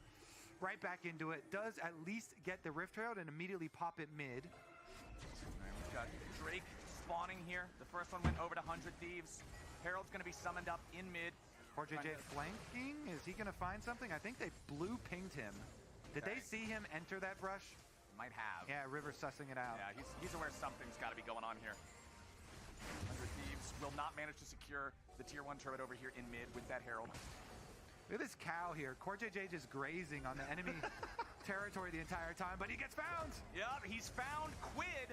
Stuns him up here. Team Liquid looking for the collapse on the enemy mid. Quid Whoa, what? safe for now, but everything's paused up now. Quid barely getting away. Yawn going for the light. Dude, I love how the LCS stream keeps pausing in the middle of critical moments. It's happened a lot. It's happened multiple times now in the VODs I've been watching. 100 Thieves, nobody died, but they're all so hurt. They're forced away from this bottom side river, forced away from this neutral objective. Quid is literally Explosion to the bouncing. Paused up now. territory the entire time, but he gets found. Will not manage to secure. What is Quid doing, man? What is Quid doing? Look at this cow He's here. literally on vision. On the enemy territory They the literally entire see time, him but and he he's just found. like Yep, he's found walks Quid. around Stuns him up here. into the dark jungle. I can't believe he lives through this. Quid staying safe for now, but everything's paused up now. Quid barely getting away. Yawn going for the lightning crash, but it doesn't have enough damage. Sniper now in retreat too. The Renekton's so very low. Quid shifting away from the potential explosion of the bouncing bomb. 100 Thieves, nobody died, but they're all so hurt. They're forced away from this bottom side river, forced away from this neutral objective. Quid is literally Neo, dodging bullets in the Matrix. He's not literally Neo. Neo actually is back in Vietnam now. Liquid. Core JJ's patience actually paid off. Yawn has cleansed. Okay. Core JJ's patience paid off there. They had such a good angle onto Quid, but you mentioned it. I guess they get a Drake, but they don't actually get any mid lane tower. Team Liquid still claim their dragon for their troubles. Satchel. Ziggs is so deadly with these, man, and Sniper is about to get caught again. It has been a rough series for the 100 Thieves. Still on another turret with another. There it is for Team Liquid. Is that everybody has to die in this bot side in the vision in the jungle where they don't have vision, right? APA is about to grab another kill on another turret with another satchel. Ziggs is so deadly with these, man, and Sniper is about to get caught again. It has been a rough series for the 100 Thieves top laner. Umti, I feel like, is doing so much setup work this game. Him and Core JJ. Let's see if Core gets this one too. Oh man, where's he at? Good hover there from Meech. He's got his control words. Yeah, the item changes and Zyra got buffed in the jungle. I mean, the fact that Leandri's it's really faded ashes, right? It's the faded ashes. She also, I think it took a while for people to understand how good she is at clearing grubs, right? But she basically has no risk at any objective, including Baron. She can take Baron super fast, and Rylai's is very, Leandri's Rylai's very annoying on her. The APA keeps on scaling. APA Ziggs, man, this champion is so effective at just snowballing a lead, being able to hyper accelerate the pacing of the turret specifically. Team Liquid already has all 3 outer turrets down on the 100 Thieves side, and they're good. Excuse me, 2 turrets down in the bottom lane. Thank you, observers. Yep. Do you play League or learn from watching? I mean, I played a lot in the early days, but I've also watched this game professionally for almost 15 years. And there's no reason for me to play the game anymore. First off, because I don't want fucking Vanguard on my computer. And second off, because, I mean, the professional game is nothing like solo queue. Team Liquid collapsing around there. Once again, Is everybody getting picked off in this game? Looking to get some control over this top side. River, there's nothing really here to fight for. Just about 18 minutes of the game. The Herald is already taken. Ash arrow lands. Once All right, what are we doing? What are we doing? We have no idea where their support or jungle is. They literally have no idea. Sejuani could absolutely be in that jungle right now because Sejuani's coming off a recall. And they don't have any real vision there. So Alistair actually just going to step up and they try and get the Ash Arrow. But Sejuani could also be in that jungle, by the way. Absolutely terrible. Team Liquid collapsing around their mid lane to get the kill on the Meech. Jan doesn't have cleanse anymore. Jan's trying to get away, and he will successfully escape once again. What are we... 100 Thieves. Why do people like this team? This team is so bad. Like, he actually has used both parts of his W now. He gets punted under turret. Sniper ults, gets CC'd under tower, and just dies to tower. Very good Zyra ult. Is pushing bottom side too, so this is going to be a 4-1 split push for Team Liquid right after that kill. They're going to get so much money. Impact is all the way up to the inhibitor tower on bottom side, while the rest of the team pushes on mid lane here. This is so rough for 100 Thieves. 14 seconds left on Sniper. Those minions are going to go into the inhibitor tower. Bunch of extra money picked up here for TL again, slowly increasing this gold lead. Flowers. This game looked so much closer during the early stages, and now, man, again, not even 20 minutes in, it's a 3,500 gold lead for TL. These guys are just outmaneuvering 100 Thieves at so many different spots. I will say, no cleanse and flash on Jan still. The cleanse gonna come up pretty shortly, so if they want to punish, might have to punish quickly, but no flash on the Zeri. Maybe that's a little ray of hope for 100 Thieves. They need to get a good Seraphine ult to bounce off of Sniper. Yeah. But Sniper is just so weak. He's so weak this game that he dies so fast. It's hard to really even have any frontline for 100 Thieves to bounce the Seraphine ult off and find one of the long range ones. Yeah, you look at the difference in frontline between the two teams. You've got Cassante, you've got Sejuani, and you've got Alistar versus 0 and 4 Renekton. Everybody else on 100 Thieves is a squishy ranged champion. There is nobody else who can do the job. The one guy who can do it is set so far behind that anybody on 100 Thieves is a viable pick if Team Liquid sets up for it. Certainly are, and their eyes are on the same pick over and over and over. Alligators are going to become an endangered species by the end of this game, man. Sniper is just in trouble once more. Jan and Impact, they make it look easy, man. Umti's hanging around in the Baron pit because he knows that the play for 100 Thieves might be to try to sneak that, but instead, Team Liquid's coming around. They're looking to make a move of their own. Umti and Impact going in for the initial engage. Stranglethorns ain't going to find a whole lot. Mega Inferno Bomb chunking Meech down to half, and the damage from Liquid's coming around. They're looking to make a move of their Are we making plays while somebody's bot side again? While the Zeri's bot side? Oh, we are. It's Team Liquid. They love making plays on both sides of the map simultaneously. They literally opt into this. I mean, Sniper's dead, but like, there's still a huge amount of CC and single target focus on 100 Thieves. 100 Thieves get one kill, but they got to be careful here. They know the health bars are low. Honestly, well navigated by them. They survive the engage from the Team Liquid front line, and they get a punish on back. It's really good awareness by 100 Thieves. They recognize that Jan is not there, the Zeri towards bottom side of the map, so they fight their way out in the 4v4 that's up there. Even with the teleport in from Impact. Waste of TP too. And using their focus fire of range. And they have very good disengage between Seraphine, Ashe, Ezreal, and Zyra, right? This time around. So 100 Thieves, we saw some good comeback plays from them in the first game, even though they didn't actually. Oh, we're calling them comeback plays now, where Team Liquid is opting into vision clearing on top side while Impact is in bot lane at inhib turret with no TP. That's one kill, but yeah, that was a comeback play from 100 Thieves. They mind controlled Team Liquid into doing that. Yep. Great comeback play. Quid on that Ezreal, gonna have to step up and do some serious heavy lifting if 100 Thieves wants to bring this one back to even ground against TL.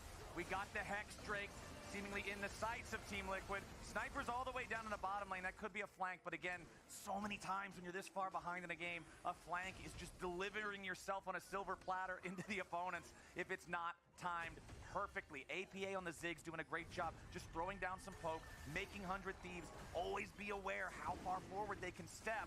As one Zyra plant over the wall, gonna go ahead aggro that Drake, but it's still Team Liquid with control over the bot side river as a whole. The Scuttle Crab secured by Yawn. As River and Quid step up. Sniper versus Core JJ off on the side. Snipers pop the dominance. Umpty standing right next to the blast cone, ready to jump into the river as APA continues throwing out minefields towards the 100 Thieves position. Sniper having to go all the way around, looking to regroup. It's going to be a smite fight here for the Drake, and it's going to be stolen by Umpty. The General makes the call, and Sniper Thieves position. Sniper having to go all the way around, looking to regroup. It's going to be a smite fight here for the Drake, and it's going to be stolen by into the river. Why are we potentially throwing this entire game over this Drake fight? So Renekton ult is now down. Completely wasted. Sniper has the worst macro positioning of any top laner who's a pro right now, I think. He actually is just useless 100% of the time. His TPs are useless. His flanks are useless. And it looks like 100 Thieves are going to just cut their losses and head home. I like that from Sniper. He throws out the, or excuse me, not Sniper. I like that from Sniper. He played terribly. What part did you like? It from Umpty. Okay. Excuse me. Yeah, which part of that did you like, Kobe? Tell me. Umpty threw out the ulti onto River to stop any combo on the dragon. And so then he's able to combo his W with his smite to steal away the dragon. Was a pretty extended engagement. All right, so here it is. Umpty, he blast cones over, then he throws out the ulti, and then he W combos with his smite. Lots of damage onto River too. 1100 health, so that was pure smite. What the fuck is Sniper doing? Get their extra top lane camp as well afterwards, Flower.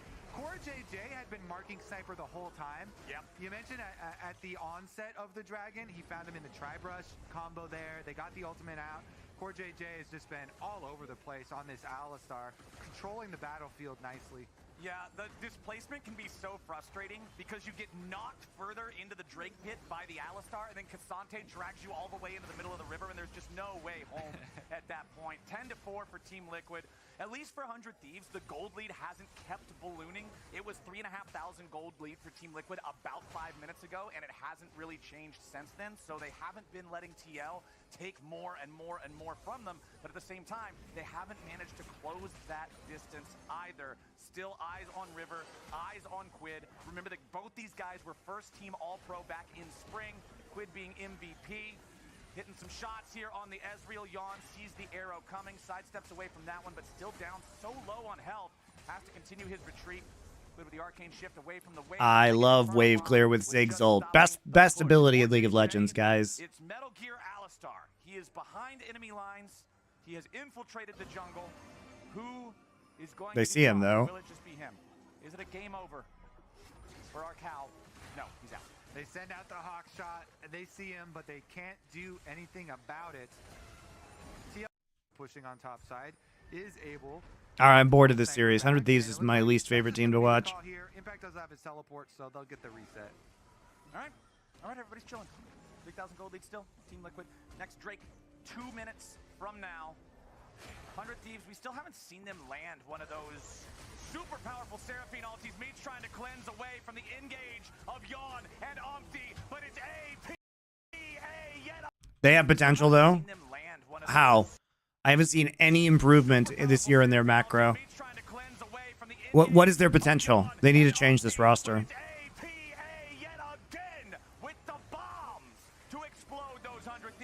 Like, when is Sniper gonna get a sense of how to play the game professionally as a top laner? Tell me when that happens, guys. How is that gonna happen? Look at this. It's another Sniper TP. Oh boy. It's another Sniper TP, guys. Here he comes. Here he comes. Team Liquid get their pick. It's the enemy AD carry. It's both of his summoners. Oh, look, nobody's there. He's just by himself. His team isn't there. Immediately Wow, he had to pop ult and then as Team Liquid wasn't having any. run away. From downtown again. It's Core JJ that goes through the jungle, gets the combo, and allows the Ziggs Bob to land there. Meech down, no summoner spells. DL onto Baron. Let's see what tools we have left here. Impact does have ultimate, so Core Guy is JJ like the most gets meme Mark River, TPs I've ever and seen. If he gets somehow past Core JJ, He is young though and can learn and improve. maybe he does. Not all young people learn and improve. Sometimes you just stay bad. Sometimes you just stay bad. Black huge ones, okay? This is not how skill works. Skill doesn't start as a pro player. As somebody who has cast 7 different games and has watched thousands of professional players across these games, I will tell you this. Skill doesn't always go up and to the right. You don't start at 0 and eventually get to 10. Sometimes you start at 0, go to -1, and then you go to -3, and then you just stay there forever. Like, how long do I have to wait for this guy to understand how to TP at a professional level? Team Liquid's already When does that get better? What's the cutoff? Because, like, you can't play professional league and play like this. gets stunned up by the Ash Arrow all the way away. The Baron is down to 1,000 HP. It's going to be secured by Umpty as Impact drags the Seraphine back over the wall. 100 Thieves trying to scramble. You think people can't? Of course they can, but I'm just saying, you can't just be like, well, wait and see if it happens. It doesn't always happen. And I'm asking you, at what point in time, what is your point in time where Sniper is not good enough? Because I'm at that point. Already killed off River, and they're still looking for more. Ayla wants to flash away with a Mega Inferno Bomb, still catches him, and Yawn completes the job. Quid makes a double kill for Yawn, and Team Liquid got Baron +3. The previous fight, the flash from the Gator, from the Plant, from the Ezreal, from the Archer, from everybody, all got spent. There was nothing left for any of these dudes to get away from Team It's Liquid. definitely mental block. It's something you can definitely overcome. My guy, not everybody overcomes mental block. Sometimes it's just the end of your career. There's also no flash. Sometimes you just don't get better. The Dragon's probably There's Dragon! Stop wasting summoner spells. Let's take another look at how this happened. All right. Bonk. Right on the head. Arrow was looking at the Baron pit, but as I said, Impact is going to mark River. And so Impact just locks up River, hits him with the Q3 into the ult, and... Wait a second. I've seen this before. I was going to say, I feel like, did we rewind the game? 'Cause He is literally unreal in scrims. How would you know? They're wearing How would you know? so there's a little bit And besides, scrims are a fiesta, and I bet his TPs still suck in scrims. Oh, okay, they have Baron in this one. They've got the purple. Uh-oh, Meech. Uh-oh. Oh, no. Meech and Ayla could be in a pretty compromised spot here. Umpty coming around, throws out the Glacial Prison, immediately connects on Meech. Remember, those summoner spells still down from a couple of fights ago. Yawn's on a rampage. Team Liquid looking like they are going to get this one closed out pretty quickly from this point. This team just look like they have been on a war path since coming back from MSI. Man, they've gotten so good. They've retained the learnings from MSI and are steam rolling. My God, man. That center super damage from APA's Mega Inferno Bomb is enough to get another kill, this time on Ayla. Steam roll path since coming back from MSI. Dude, Man, they've gotten the burst so damage good. from the They've Ziggs retained with the Horizon learnings Focus from is hilarious. MSI. Ayla literally just gets deleted. Looks like they have been on a war path since coming back from That's actually MSI. super funny. Man, they've gotten so good. They've retained the learnings from MSI and are steam rolling. My God, man. That Deathcap Ludens Horizon Focus. Does he have another item now? Uh-oh, Meech. Uh-oh. Oh, no. Oh, he has some magic pen. Is the blighted crystal. MSI. Man, they've gotten so good. They've retained the learnings from MSI and are steam rolling. My MSI. Liquid looking. Man, I mean, they've gotten so good. Seraphine is They've very retained squishy, the guys. learnings from And yes, MSI. Zeri W can be that strong. Steam rolling. My God, man. That center super damage from APA's Mega Inferno Bomb is enough to get another kill, this time on Ayla. Nexus turrets are the target. 28 minutes into the game. 100 Thieves has to try to scramble to defend this in a 3v5. Yeah, level 16 to level 10. Yeah, he's 6 levels up. Second, He has level 3 ult. That's still funny, though.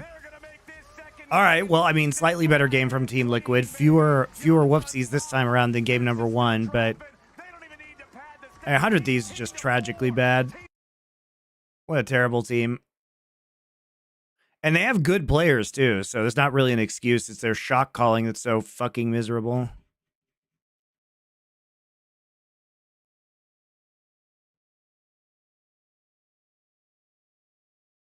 Listen to Impact's interview. All right, fine.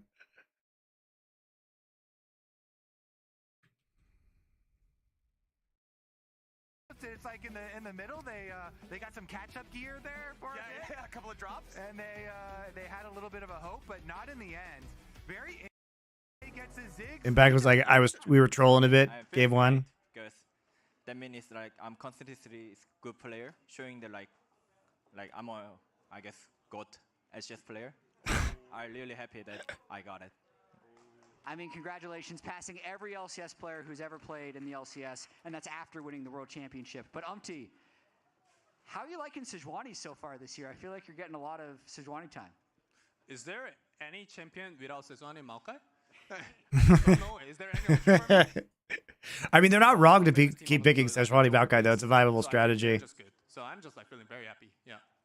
It's amazing how good Umti's English both was and has gotten. It's better than Impact's. And also being first place in the league. How do you stay motivated for the rest of the split, and who do you see as your biggest competition? Now I guess it's Fnatic because What's on the OGN TV channel in Korea? I didn't even know OGN still had a TV channel. Because they got against us. So that's our goal now, to not lose to Europe. That's my goal now. Fair enough. Congratulations once again on the win, and best of luck in the rest of the LCS season. That's it here from the stage. Fun banter from Impact, though. The team, so an important one here in particular. You guys see EG's rebrand back to the old thing? Yeah, I'm going to go to the bathroom real quick, guys. We'll be back.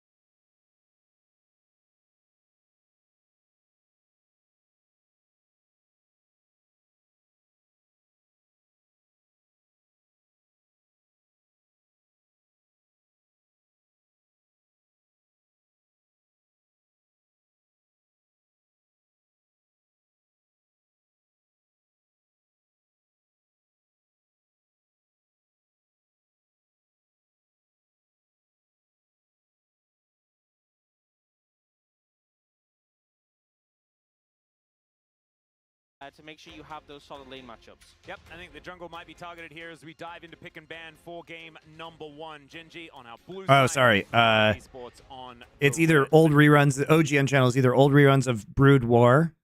It's probably the best content. Some card games I don't know of, and endless ads for hacky health products. Yeah, man. I mean, it was sad. They're owned by OP.GG now.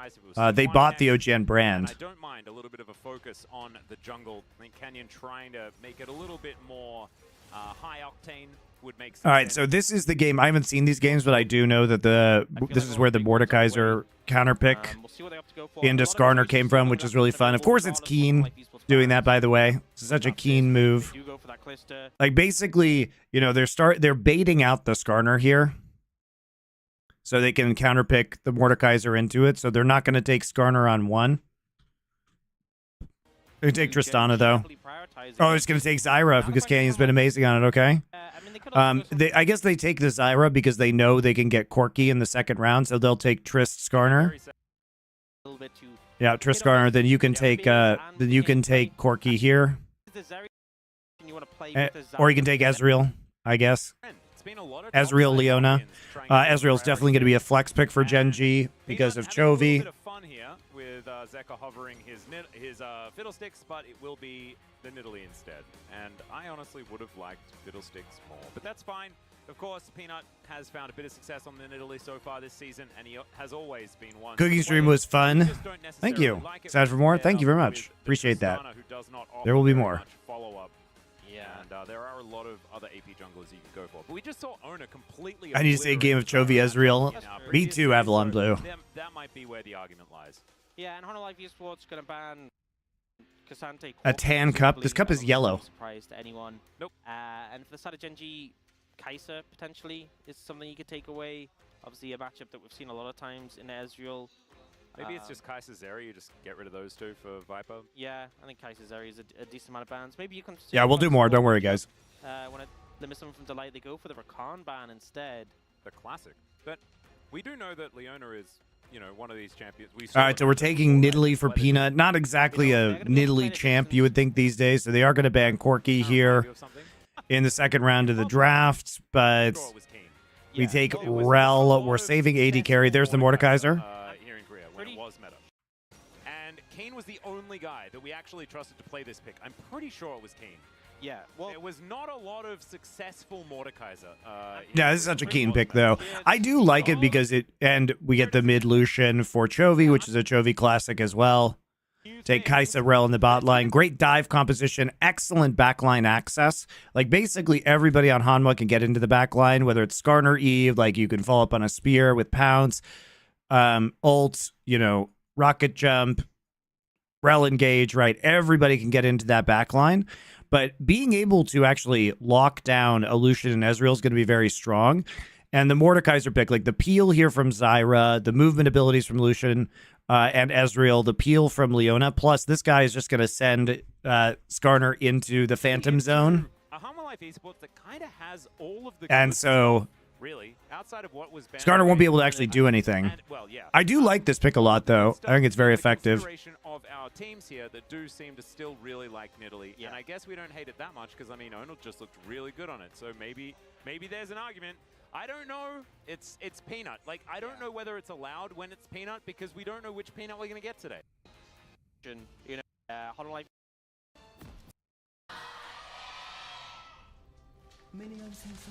Hanwha fans, very, very loud. We are, of course, on their side, so I do have to caveat that it's hard to really rate how loud the GenG fans are because they're a little bit further away, but still, it is a full house here at Lowell Park here today because, of course, I think it was into the... He was holding up pretty well. Oh, no. He missed a plant. Oh, no. Canyon made an error in the jungling, guys. Okay, he's lost the right to play Zyra now. Sorry, Canyon. Yeah, it's over. You've been demoted. So Canyon has had some like 255 ganks on this champion. He's really good at his initial clear. So I expect him to hold it pretty well in the 1v1. There's also a good meta for Zeka. Not sure it's a good meta for Peanut, but Zeka has been quite good. Obviously, with his Yone and his AD mids, his Tristan has been good. I kind of don't mind it. able to fight back a little bit more just in the neutral. Yeah, I mean, so far he seems to be ahead in the matchup. Ooh. Okay, so Zenith Blade going to miss. Pei's not going to find the Mystic Shot either, as Viper and Delight just back away. It is a large advantage, though, as we can see here for Pei's. Still a wave yet to arrive towards Humble Life Esports here. Level 2 hit, so able to mitigate the pressure a little bit. And yeah, Azrael, I feel like a lot of people are playing this Azrael Leona because the level 2 is just so strong in unison. Oh, yeah. Oh, once again, Trophy taking a fair bit of damage. We weren't exactly fully sold on the Lucian in the first outing. Yeah, it kind of feels like it's being picked because we need an AD mid. Yeah. As opposed to, well, we need an AD mid who isn't like a melee champion. As opposed to, oh no, this champion really is going to do well. I mean, he could just play Yone, right? Like, Chovy likes to play Yone and just lose in lane gracefully. You take 2 hyper carries, right? Like, that's the theory. Two carries that can build all of the cool items. And then you can win. They missed the memo on the tanks a little bit here. As okay, there's the grasping roots. Spear is going to miss there as well as Peanut slow can build all of the cool items. And then you can win. They didn't. So here we go. Here's an example of that speed. He's just setting a trap for the Nidalee so that they can fight over the crab here.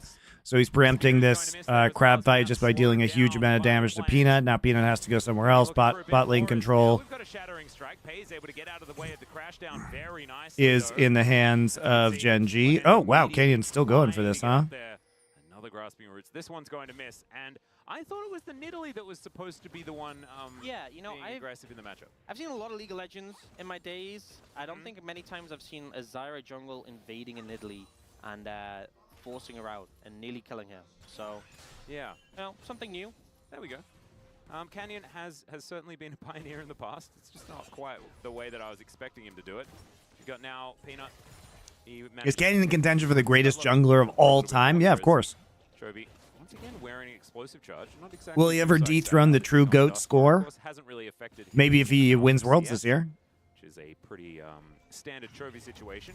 It's been close to 2 years since T1 played this into Doran's Renekton. So Doran has had the most recent experience in the LCK against MonteCristo. We have that now on record. And you can see, yeah, Keen, one of the only players that we actually trust playing this champion here in the LCK. He has been good at this in the past. And I feel like that's the thing when you have these more veteran players is they've gone through so many eras, so many different metas where, you know, when a pick does re-emerge in the meta, you can just have them having such experience on them, you know. And obviously, in the example of Keen on this Mordekaiser, that is a thing. Yep. No TP on the mid Lucian too. He's got barrier instead. So you're playing down a TP in this composition because you have cleanse on your bot lane Ezreal as well. On a pick like this does mean that it goes sort of against the trend of some of the teams that he was on at the time.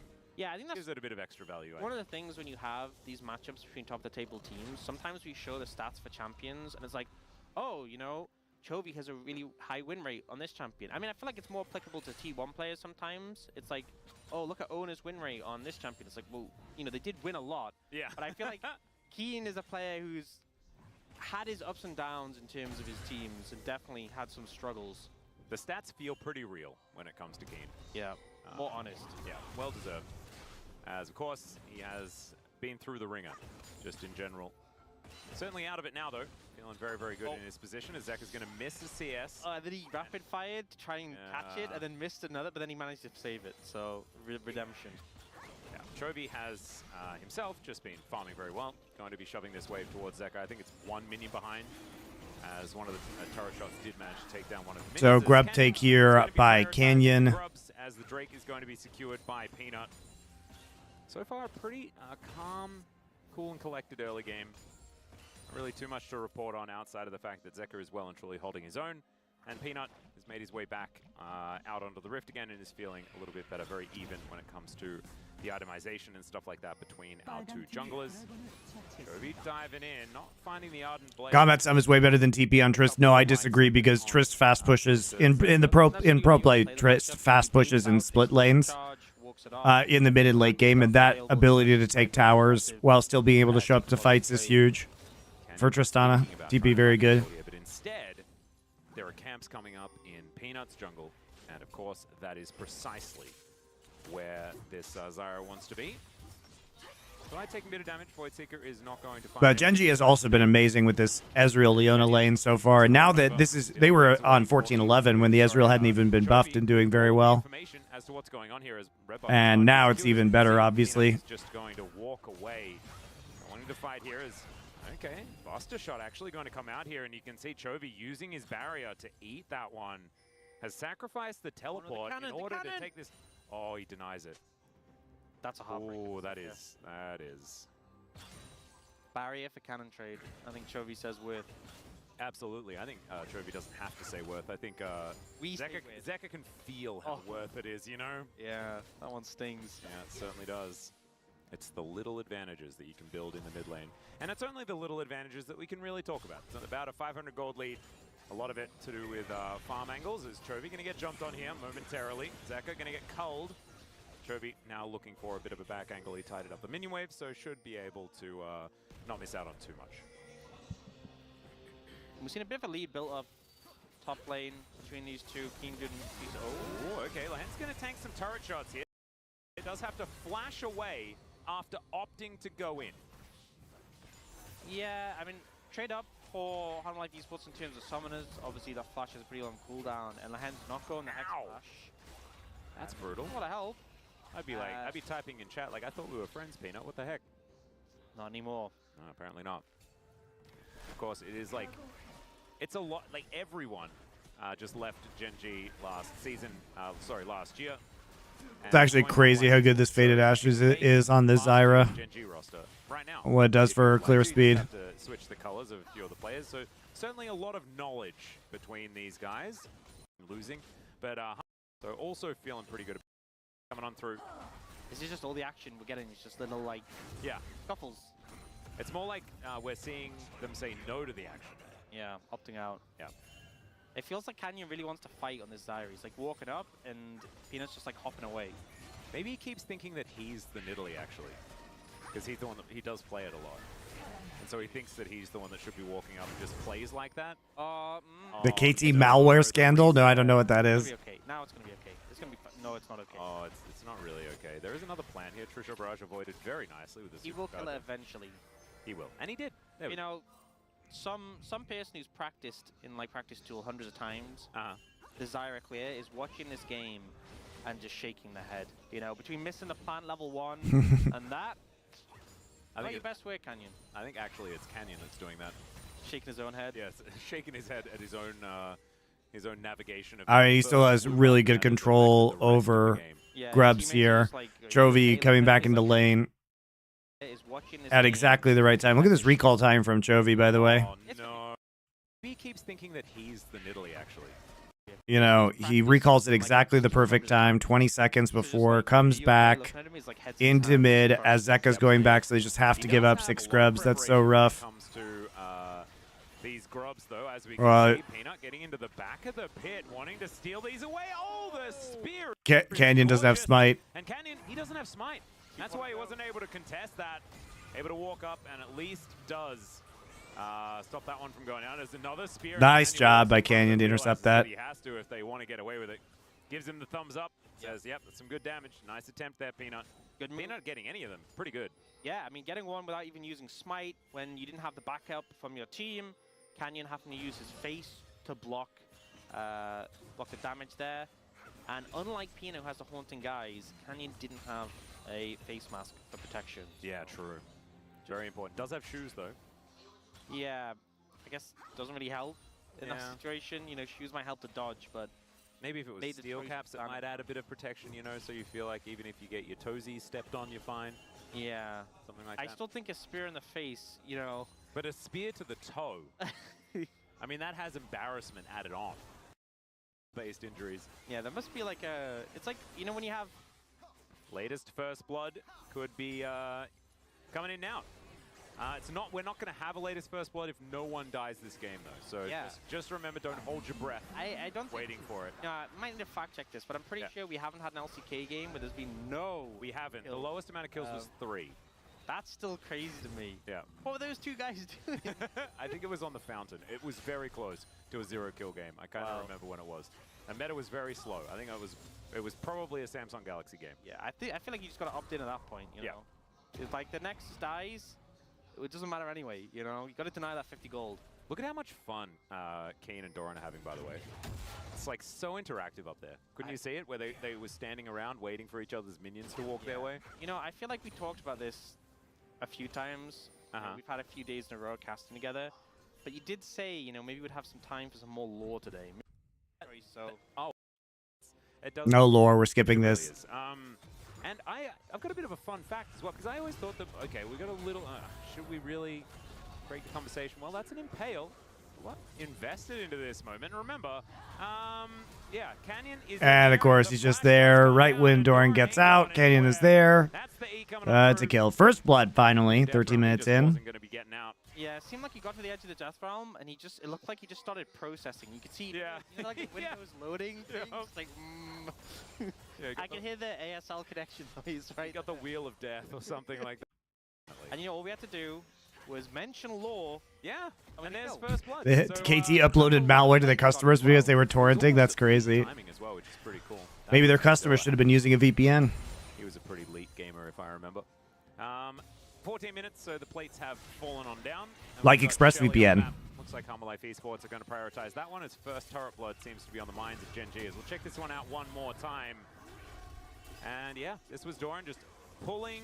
What's the more prevalent coincidence or strats that counterpick into the Skarner that people have figured out? Maybe I should just try and go this way, and then that option didn't quite work either. Had a moment to contemplate his life choices, and then came out the Death Realm to see a Zyra there, and went, oh, that's not good. No, and it wasn't. Great flash from Keen to stop Skarner going over the wall with his E, yeah. And yeah, this was Doran just pulling Keen to the edge of the Death Realm, and then saying, maybe I should just try and go Yeah, he this gets way, stunned, but by doing the stun, he actually just gets CC'd by the Zyra. Well played by both Keen and Canyon. Death Realm to see a Zyra there, and went, oh, that's not good. No, and it wasn't. So he was right. To a almost 3,000 gold lead. And, you know, for anyone who's new to League of Legends, First Blood does not give you 3,000 gold. So don't be mistaken. That's not where the money's coming from. No, it certainly is not. And it's not coming from mid lane either, because Zeka has been keeping up very effectively. I think a lot of it is coming from the jungle, of course. Canyon being able to farm very well. Slight lead there from Pays on the bottom side. Did I have a stroke, or was there a weird thing that happened there? Am I okay? I think you're okay. I think it's okay. Okay, all right. I think you're okay. And Peanut cleaning things up around his jungle right now. But I don't think, you know, it's not a completely lights out type lead or anything like that here for GenG. But being able to collect the extra plates and having that extra control. Usable. Yeah, there's some poke on GenG it can counteract, but it's a very fast-paced Dragon Soul if they continue to collect them. So 1 minute till that next dragon, and guys, the Ocean Soul is the big hope here for HLE because the Rel and the Skarner might eventually become unkillable. We can't really. So one thing I was going to say is he's got a Shadow Isles vibe. Wait, he is, isn't he? No, he's from Noxus. He's a Noxian. Oh. Prized? Wait, is it like I was from Noxus, but now I chill in the Shadow Isles? Or is he just still in Noxus? I think he's just Noxian. He has the color scheme of the Shadow Isles. Yeah. Next, you'll be telling me Callista isn't from the... Callista is from the Shadow Isles. Yeah, right? she is. Okay, she definitely is. Yeah. Hecarim? Hecarim, yes. Thresh? Thresh, yes. Okay, cool. Yeah. But you see what I mean? Like all those... League of Legends lore is so I know, stupid. it's all the same color scheme. It's so bad. You're allowed to be a bit green. The old Mordekaiser maybe was a bit less green, you know? He was the OG. This one feels definitely more Shadow Isles-y. Ooh, Delight. This is a delightful spot to be in. Exactly. It's behind enemy lines a little bit. Yeah. Trying to... Feels definitely more... Keenty being very early here to help control this Drake. They really don't want them to get Soul Point right now. So both Doran and Keen are committing the TPs to try and set up early. As he possibly can. Will now be found out. And here is that potential fight that you were talking about, Chovy. Moving in on a flank angle. Peanut in position in the brush. And Keen just wanting to press an R button on someone. Yeah, everyone's rather spread out. I feel like Keen has, I mean, obviously ulting the Skarner's okay, but you can even just ult the Swoop. Oh, Grasping Root's going to connect there as Solar Flare is going to be flashed by Peanut. That's a big ultimate, but it's also a big investment. Peanut needs to land some of these spears if they really want to start off this fight. As Keen going to pull in Delight, finds himself the passive as well. And he's just an absolute beast. Throws down the ulti These spears if they really want to start off this fight. As Kane going to pull in Delight, finds himself. I like how the Mordekaiser just engages, you know, runs around after the engaged support. I mean, we saw Impact doing this too to Leona. Who creates himself a shield, gets back to his teammates. He does die. What the fuck is this Herald doing here? Some of these spears if they really want to start off this fight. As Kane going to pull. Peanut just puts down the Herald. He's trying to sweep her. And he's just an absolute beast. Throws down the ulti on But it is funny because Delight gets low and is like, but what if I just went in Herald? Who creates himself a shield, gets back to his teammates. He does die. Trying to CC. He gets the knockup onto Chovy. That's pretty funny. The Herald randomly being there is pretty good. So it's just basically a dragon going over to GenG, otherwise an even trade. So I guess not the end of the world for Humble Life Esports, all things considered. Yeah, but does slow them down a little bit. You're going to use this Herald in the mid lane. Not really much great effect. But I mean, it was an accident. Like, Peanut was trying to use Sweeper there. I think it's such a good call to ult the Rel, because that is the main engage for Humble Life Esports. So you're just shutting it out. You're obviously going to win a fight against support. The Light just kind of had to play dodgy abilities. Yep. And it worked out fairly well overall. Obviously, Keen did get focused down out of that, but it meant they could secure the dragon and kind of play the fight on their own terms. Just the ult-E combo. No, there's no chance because he pops the lens right afterwards. He's trying to clear vision. I mean, look, let me put it this way. It may have been intentional to put Herald down, but he needed to put it down to get his sweeper up. Still had to use the Magnet Storm, right? Yeah. To hit Kane. So that's the main thing, right? Like, you get rid of that big engaged threat. And then he uses the ult to try and punish Chovy. You know, maybe that was like, I have no abilities, but this is my engage. But there was no real follow-up, so yeah, didn't amount to much. Even Shelly got involved as well, which is kind of interesting. Gave Delight a little bit of a way out there as well, so it's kind of cool. I believe also got a charge, as we can see from the health bar of the turret. So pretty cool. I think because the charge was used. Oh wait, so maybe she just walked up to the turret and just hit it a bunch. And they just ordered it down. Yeah. So still ends up being a decent amount of value on the back of it, but you know, we had a pretty slow-paced game. We're still having a pretty slow-paced game. Optify me. Yeah. Siege, Pay's getting a fair bit of work done, does have the Trinity Force, so does do a lot of damage to turrets. As we do have Grasping Roots, it's really difficult. Mordekaiser is a brutal warlord from a foregone epoch. Yeah, underrated part of this too, guys, is that the other weird thing that Skarner does in this top lane is he built Kanik Rookern first, which has very low value against double ADC compositions, right? So the Skarner's build is also just kind of fucked by being in this situation. Much like what is happening to this turret here, as it is. Sure, it's good against the AP junglers, but the poke from these two ADCs is going to be bad even against Skarner. The true extent of his power, but there are some ancient souls that do. They fear the day where he may return to claim dominion over both the living. That chef dude used to be one of our tenants here in Brooklyn. Are you in Bed-Stuy? Raging Pianist, Small World. Didn't know he did content. Well, Justin Warner, the chef dude, owned Do or Dine in Bed-Stuy, and he was the first Food Network star reality show winner, and now he does like the grocery game stuff with Guy Fieri. So he's actually quite a famous celebrity chef. Which I won't give you my opinion on because it makes me sad. How did that change his like lore, you know? I don't know whether his lore was that like he was just fleshed out to begin with. I don't know whether anyone was that upset about it when it came to Mordekaiser, but I don't. Anyway, he's a really good guy. Maybe he was do you own apartment buildings in Brooklyn? I thought it was. Did you, Raging Venus? Did you own the building he was making that content in? Because it was basically the front runner. Like all of his abilities when he first came out it was just all metal music. So I think that he was pretty much just like a metalhead. Yeah, that had to have been it. Like that was just it. That was. Oh, you're from Greenpoint. I lived in South Williamsburg. Like South 4th and Keep, basically, was where I lived, where my apartment was 10 years ago.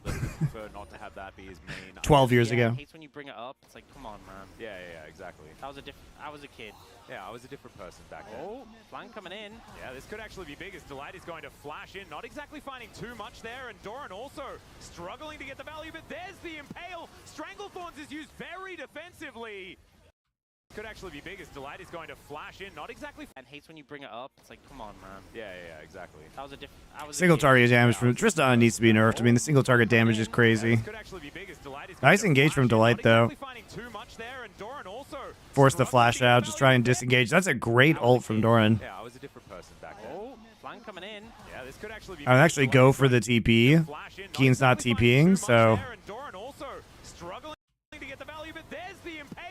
You got Canyon, which is pretty nuts. And that's a lot of buttons, but not a lot of results. As Chovy dives in, Zeka dives out, and maybe we could have just been reading lore that time. Yeah, this is very pacifist team fight. They tried, but no one ends up going down. Like they're using rubber bullets. Delight. Don't worry, he's just passing through. Oh, alive? Yeah, has the crash down for the shield. Dragon is now alive as well. They end up dying now. Lahans, is he going to throw it in there? He does not. Oh, but he cancelled it. Now they get the information. Delight dying now would be a negative thing to do. Delight doesn't. Am I still a caster? Nah. I just do shows, run my company now. Yeah, on the trap is Chovy. That's the value. That's why they play in Italy. That's the only reason. Well, it is going to give them all that information, so they don't need to stick around with everyone around this dragon. They're on a ward now. Shaker could have done that too, you know. True. Zeka is now taking this dragon down with the help of Peanut. And so this is going to be a bit of a wash. So Soul Point just kind of handed over on a silver platter. Sort of a rare misstep from GenG, but getting a lot of value out of the trap. Yeah, it was Humble Life Esports. Strange passage of play, but yeah, it just felt like it's still a struggle for Life Esports to get on the key members. I mean, even with this being a generally favorable engage, you know, the Hens get chunked down immediately. We then get this sort of flank coming in from Doran. Hayes brings his cooldown. We get this ult that comes out on a Canyon, but the ult... It's weird that ult hit Canyon. It's very hard to follow up, so... It's very scrappy. Neither team really solidifying on the targets they want. Oh, and Zeka also, the control ward took a lot of the damage that was meant for him as well. Don't know whether it really would have been consequential. As I mean, the speed at which you can do this Baron with the Zyra is just so crazy. Dude, I fucking love Mordekaiser ult. You just can't get out of it. That's actually really badly played by Peanut, by the way. The control ward. Shout out to Keen, the best top laner in the world, making the play, by the way. He's just like, oh yeah, we can do this for free. We don't even have to tank it because there's so many plants. Right? And you ult your plants to buff them, and then you see that spear, you flash over the wall, you immediately ult Peanut so he can't get in there and steal. Peanut knows he's going to die. He jumps over the wall. He's like, ah, shit. Then he has to flash back out, but he's still there next to Mordekaiser. But it's okay if Mordekaiser dies here because he did his job. Got Baron, very nice. Zyra ulting for Baron damage seems to be the tech. Yeah, it is. It's very good.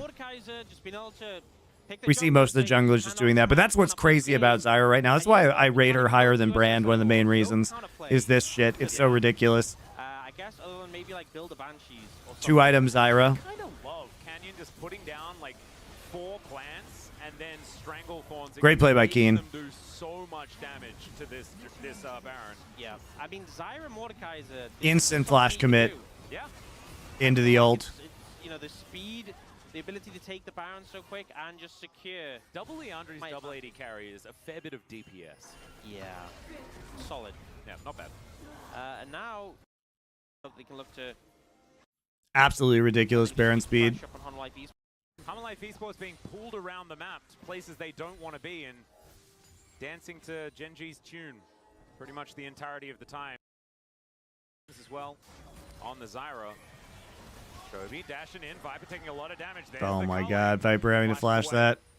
And he's going to get him out of there, but still, message received. Yeah, you're not allowed to do jungle camps. Nope. You do not have permission. Nor yeah, do you Viper have just smite. trying to get any little bit of gold possible, but... Was Nid Mort ulted when she W'd into pit? It Yes. feels like this lead is just built up overtime. That's why he did that, because he ulted her at the right time so that they could finish. Now moving back up again does have Death Realm available And she can't smite Baron while she's in the Shadow Realm. Taken down to 50%. Oh, Delight going to be pulled back. My goodness, it does so much work. Nice buffer there from Zeka, but Doran doesn't have that availability. And look at the Stranglethorns. The Magnet Storm comes on through, and they do manage to kill. It doesn't matter if MonteCristo keeps dying, by the way. Presses R, but that might have been a way to keep him a little bit more alive. That's fine. Magnet Storm coming. Oh, Delight going to be pulled back. My goodness, it does so much work. Nice buffer there from. He did get surprised by the CC though. The Magnet Storm comes on through, and they do manage to kill Keen. He didn't even get to press his R button. That might have been a way to. Zeratel and Mord ult is on/over Inspector. Yeah, it's really bad. DCS into the lead. They do have an inhibitor turret, an inner turret, sorry. And they're still feeling all right. In a minute. You know, it's GenG who started, but then this ult comes in, and the Stranglethorn just means there's no follow-up. You know, you cannot push into these plants with how scary to deal with. Keen was feeling a bit out by himself a little bit of time in some of these fights as well. And he didn't manage to do that in the last fight, but he does have another opportunity to do so. Oh, no. Yeah. Peanut taking a little. The thing is with Grievous Wounds on Zyra now, even if the Ocean Drake comes in for Hanwha Life, it's not that big of a deal, I don't think. I don't think Ocean Drake is going to provide them enough value, even if they manage to get it to win this game with Ocean Soul. They haven't walked into this brush yet, so you can see fair bit of vision up and available here. Man, it's going down so absurdly fast. What the heck? Okay, GenG going to be able to take that one. Delight finds. Oh, Delight. Oh, man. Fair bit of vision up and available here. Man, it's He's trying so hard. It's the desperation engage. Oh, he just misses his stun. Ah. He misses his stun onto Chovy. I think just feeling a little bit too far behind. Spear going to connect onto Canyon there as Doran going to be picked up by Keen, pulled back again. Does get a really nice chunk into the wall as Viper looks to be a hero in the back line, but it's just not enough. There's too much peel. Like, the dive comp just can't work. Hanwha's dive comp just can't work into GenG's peel. Like, everybody either has self-peel via mobility, or they have Mord ult or crowd control. It's so hard to dive these guys. Wait for the engage and find down Keen, who does have an arm gun. Surely it's over now, right? On the Ezreal, having a great performance once again. It's enough. Keen is trying just to zone them out. So this is interesting, guys. They actually ult Keen, so he can't ult Peanut. So Peanut can get into pit. Right? They stun lock him. This is actually very well played by Hanwha. Oh, he stole it. That was beautifully played by Hanwha, honestly, to avoid the Mordekaiser ult onto Peanut this time. That's really good. What a fun play. It's not going to matter, but it was good from Hanwha. Good shot calling. And man, thank goodness Peanut was able to take that Baron, because otherwise it would have been well and truly the end of this game. I think it might still be, you know, 2 against 4. I think they're just going to end, and even when Hanwha Life Esports make the hero play, even when it looks like they might have found a way back into the game, they're just immediately punished. I mean, Chovy and Page just read Delight like a book. Yeah, the whole game, it's what it felt like. I feel like he has had some angles, like you can see what he's thinking, but so can GenG. Yeah, Delight's been barely missing some of these engages. They deny him any sort of access, and of course, they know Delight very well. 3, as he is. Okay, in goes the positive. Oh, the teammates. Is Delight throwing again? Or they look for something else to knock down. So far, the Rebel Baron power play is shifting back. All right, Delight knows they're there, though. Okay, never mind. It's all right, he's just dead. Okay, there's the culling. Just sneaks one past. Peanut not going to be blocking that. He may have just died as okay, in goes Viper. Looks for it. Is Chovy. Oh, he will be able to get the double. Yeah, game is over, though. As well. He'll die, but now the game, I think, is just over. Zeka is surrounded. As Canyon is just well, nice try. Might as well do something, guys, because you were definitely going to lose. So you might as well just go for the all-in. And of course, it's a best of 3. Hanwha Life Esports kept it pretty even for a decent amount of time. Power leads, objective leads. Good steal, though. That was fun to watch. Time, Hanwha Life Esports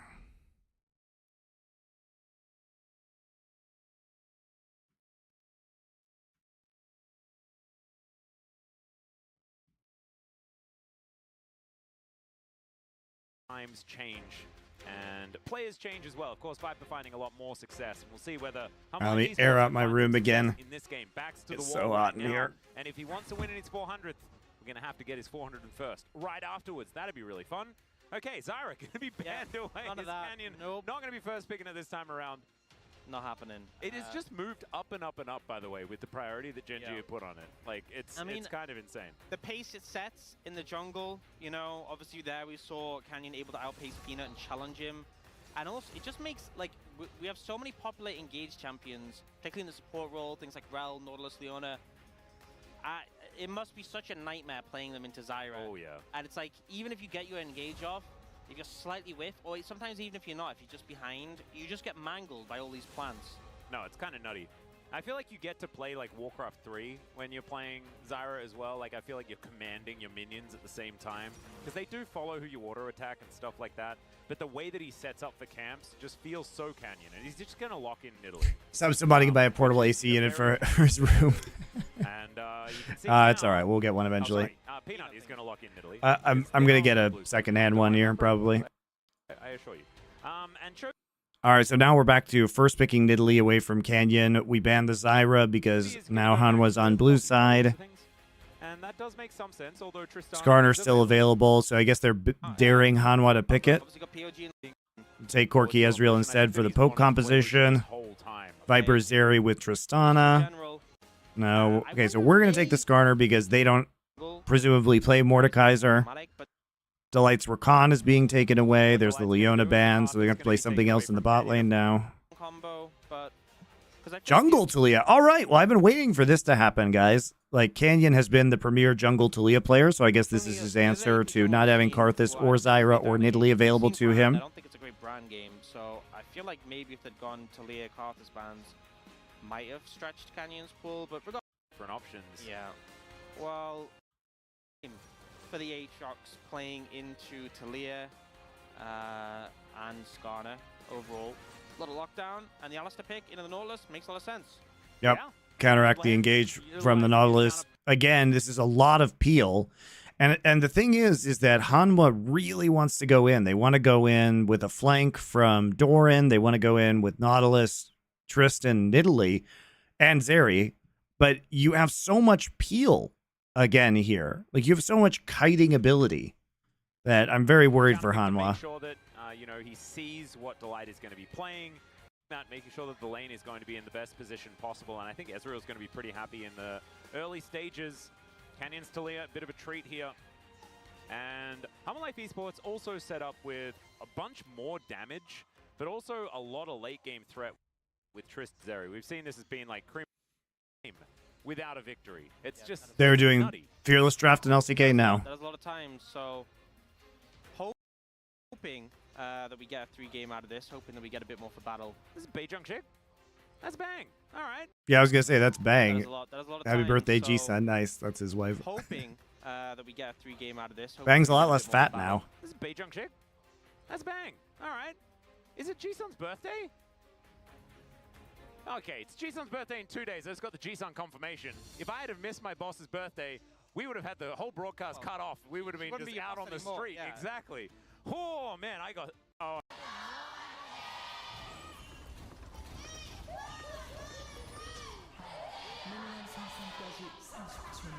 It's going to be okay. We'll find you some work, okay? Don't stress. Find you, maybe you can... Thanks, Orcs. Wake a Kuchara, get some... I'm really good at carrying trash bags, as Hook is going to connect here onto Canyon. That's all right, Atlas. The Saudis found you some work. Don't worry about it. And this is the issue, is that Taliyah is actually very vulnerable in the jungle, and Canyon, you just got to flash that. You know what I mean? You have to flash that, otherwise you die. Onto Canyon, who's in so much trouble. Zek is going to join the party, and he's dead. Okay. Well, that's a good start for Humble Life. The Nidalee invades are very difficult to stop, because the thing about Taliyah is that if you use you frequently use your E to clear minions, your E and W, and if your E is down and Nidalee finds you, you just die. You know, a lot of the time we talk about setup for the Nidalee. Nautilus does a pretty good job at that. Yeah. And setup for most things, just in general. Yeah. Now he's got an extra ruby crystal to go to lane. Yeah. That feels pretty good. Yeah. In fact, I think that when A tank in the bottom lane just feels pretty nice. It means you can play so aggressive as the Nautilus and just Let's finish the Carnitas VOD on YouTube. Can't wait to try it tomorrow. The recipe or the VOD? Sounds like you already tried the Let's see VOD. what Hands and Pays can do. Of course, Ezreal It was good, is guys. probably We made the some good least amount of carnitas power yesterday. you can have in a lane, as Chovy does the whole Now I thing have with 7 Vector pounds of with, carnitas. His Gatling gun running, and that's the strategy he's employed all season long, and it is it's understandable that that's what he's decided to do, because it always seems to work. yeah, it's really strong. Yeah, I feel like it's funny how like Tristana tries to use the rocket jump and explosive charge and find an angle to stack it up and stuff, and Corki just does this. Yeah. Yeah, that's the strat. That's the game plan. That's the way. That's the play plan. I'm glad that they saw, you know, the old Corki and were like, this is really Jason didn't like me making that noise, by the way. Sorry, Yundo really didn't like me making that noise. All right, thanks, Yundo. I appreciate you. Watching LCK consistently has opened my eyes to the fact that NA is playing a completely different game. Yeah, but that's been true for like over a decade. Probably really focus.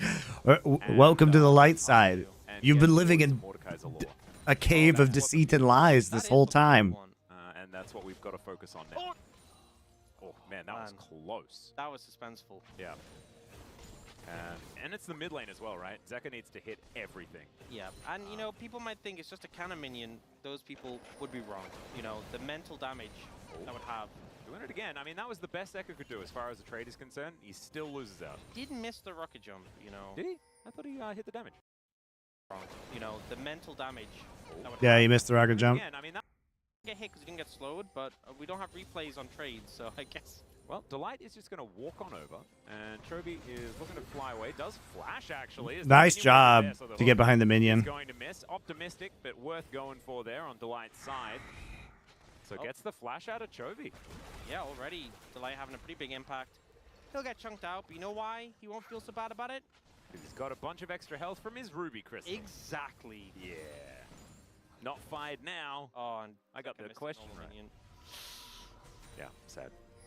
It's okay, it's not a cannon. Cannon, really, that's a tilter. That's the one where you just have to reevaluate your career, and you're like, can I keep playing this game? But if it's just a caster minion, you say, okay.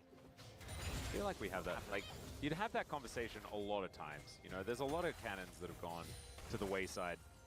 As Pays here by himself, the cow on a little bit of Thing is, the CS denial in the bot lane has been pretty see what Lehent's gonna be able to enormous as a result of that roam, so you have to do something with this flash that you've gained. And there's not good Nidalee spear setup calming down a little. You can see really anywhere outside of Nautilus and bot lane either. So it's going to be hard to capitalize on that in mid. Canyon sort of getting back out. Of course, the no minions had spawned yet when he died, things like that. So as far as tempo in the jungle, I don't think that the First Blood really affected that. It just gave a red rock to a Nautilus, is basically what it felt like. And Doran chooses it's time to back away. Looks like Canyon sweeping that brush there. Yeah, some Doran, rocks go down. Face check. Not sure that was the right call. Yeah, I'm not sure about that one either. And now he's in potentially some trouble. Does have his flash available, so I don't know whether he's dying, but Umberly dashes away. Doesn't have to flash. Still, he's very far away from the turret. That's okay. You know, Skull Crab, movement speed helps him get away. They now know where Canyon is exactly. And actually get a very early dragon here for GenG. Before the grubs have even spawned. Yeah, that So is a very potentially early dragon. could see a situation where Hunter Life Esports manage to get both. You know, I feel like the problem is Pina has to reset. They're going to be up soon. Perhaps not, but The thing is, Talia's really bad at taking grubs, guys. She's super bad at taking grubs. So this is actually a very good like tempo play from HLE to take the 5-minute Drake into potential could pay off massively. grubs. Yeah, GenG know exactly where that ward is. Life. You know, it's not like Zyra where you get the grubs basically for free. Like, Keen going real aggressive. Doesn't get the stun to the wall though. Trying to get Doran out of there. So weird, the fact that he like queued the Q3 while he was impaled. Yeah. Kenny has to be very careful he doesn't just die here. As Canyon threw a big rock at Peanut. A lot of throwing rocks around actually for GenG in this particular composition, or at least two champions that do like to do so. Canyon will be able to probably secure all of these though. Keen moving over. Chovy gets the Yeah, they need everybody here to get these though. Well. But Delight just looks for the hook, walks in immediately, headbutt pulp, smashed into the wall, and the aftershock is now down. He has to flash to get himself out. Oh, he's dead. He was almost saved by the Ruby Crystal, but it wasn't enough. Good job by Doran, though. Was fantastic, but the Q3 was even better. Very good engage by Doran. End GenG's world. Canyon now able to throw these. Thing is, Keen had used Impale on the top side on that trade, so they actually didn't have Skarner ult. Oh dear, this is Nautilus, mention. Let's check it out one more time. yeah, so they put a lot of focus into him with the CC, and as a result, it takes just a bit too long to go down. Keen has to flash for it. Zeka jumps immediately onto Chovy. Nice play by goes down, Zeka, too. And then Canyon, this jump is a little bit too far from Zeka, but he zones him off from walking. Talia in these initial grub skirmishes is really bad because she's not going to have 6 either. This is why I think people haven't been playing a lot of jungle Talia, because in comp, some of her objective control is just quite bad. The other thing that you have to remember about jungle Talia is like, so, you know, we have mid lane Talia, and one of, you know, Talia doesn't have, she has no combat ult, right? So her ult is good around objectives because you can either use it in lieu of TP, or you can like develop, you know, advantageous scenarios or wall them off an objective. But like if you're playing, for example, let's pretend that GenG is playing for a dragon take, right? Well, a mid lane Talia would be like positioned here, trying to wall off this direction, for example, or positioned here, trying to wall off this direction. But if but you do that while you're taking the Drake, while you're engaged at the Drake. But you can't do that if you're jungle Talia because you have to be next to the objective to use Smite. So it makes it so Talia ult actually has a lot less use. Now, it's good for ganking, obviously. But around mid and late game objective control, jungle Talia is weird. She doesn't play the same way that a mid lane Talia would in those scenarios, and her ult offers less value at objective control, in my opinion. That's what I'm just seeing from the games that we've seen so far. And I think that's why jungle Talia has not been a super high priority. We obviously talked about the Manamune Triforce combo being popular for both Ezreal and Corki. That's going to be a big spike for both of them. But they're a ways away from that. So you could easily pick up this second dragon. Also, her survivability is obviously less in the jungle because in mid Talia, you build Seraph's Embrace and you build Faded Ashes into, on this patch, on the post-MSI patch, you build Faded Ashes into Liandry's for clear. So her clear speed is very fast, but she's a lot squishier. Plus, she'll be lower level, makes her even more squishy.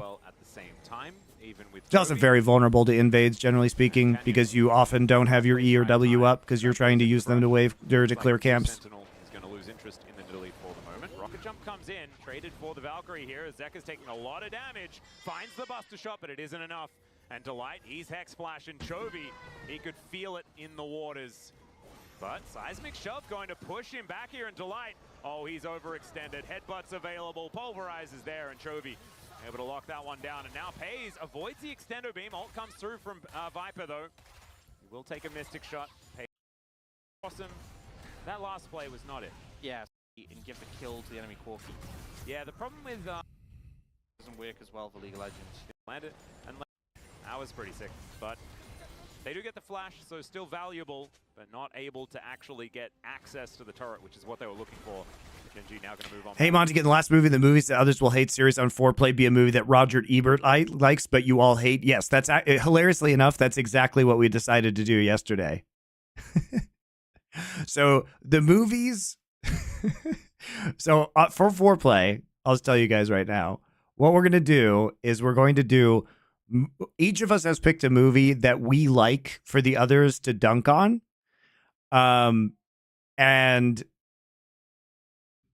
the fourth one is Roger Ebert.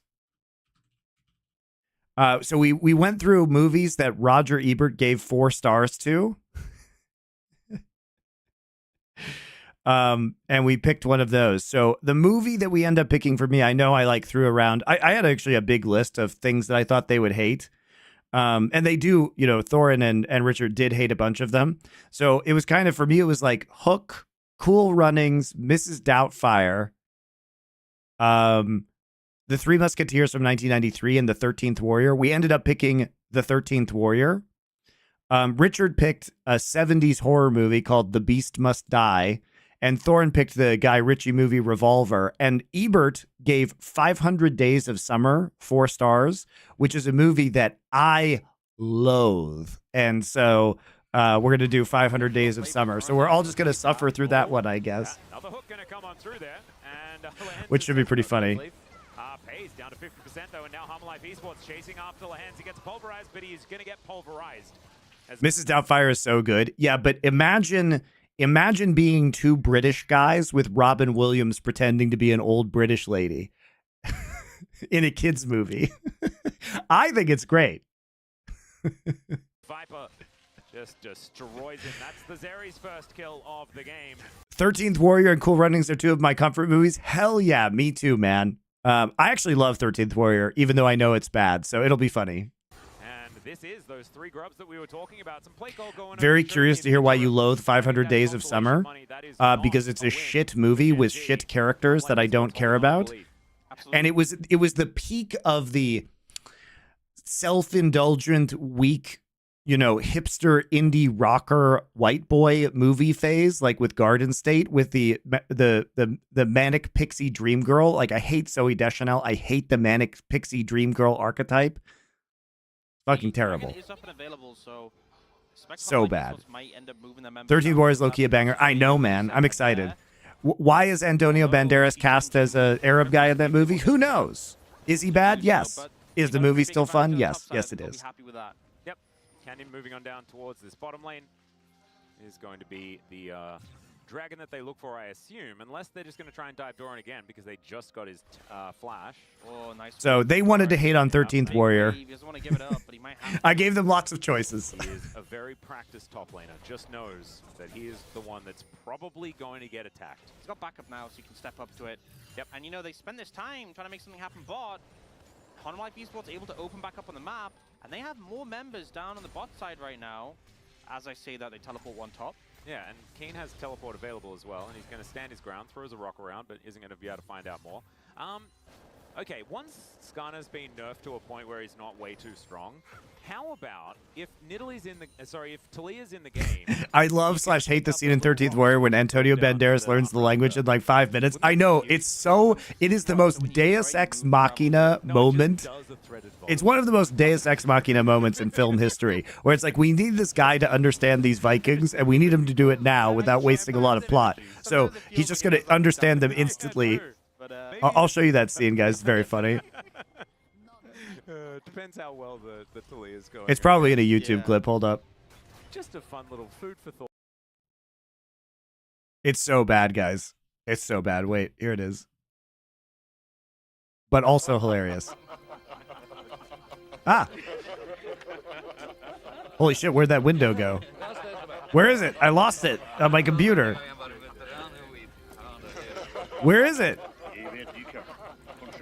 Hold up. I don't know what monitor it went to. Ah! Oh, it went into my prompter. It vanished, sorry. Hold on. It's so good.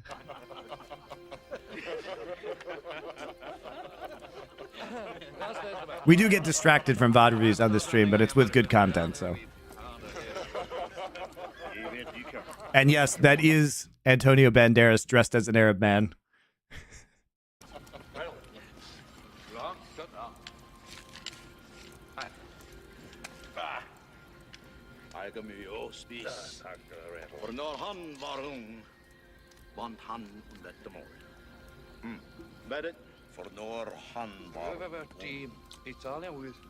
Nei, ikke det.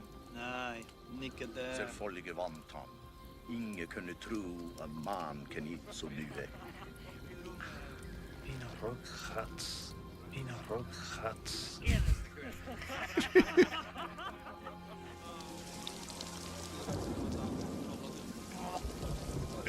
Adanian, such a good movie. I know, man. You look.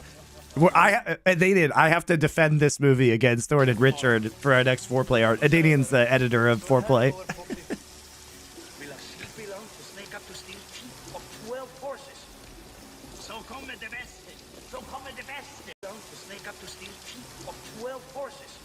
And he starts to understand.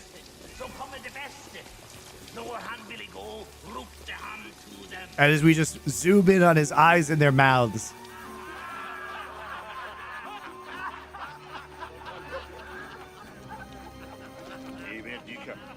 We can find some geese. So then he says, do not foretell me, wife, for I will get no supper when I come home tonight. I don't sound like that. Ronald slept with her while we took the horse. No harm, both of you. She probably was some smoke-collared camp girl. Looked like that one's mother. My mother was a pure woman. He knows. A noble family. And I, at least, know who my father is. Oh my god, and he's insulting them in Norse. Pig-eating son of a whore. Oh my god. Come on. Where did you learn our language? I listened.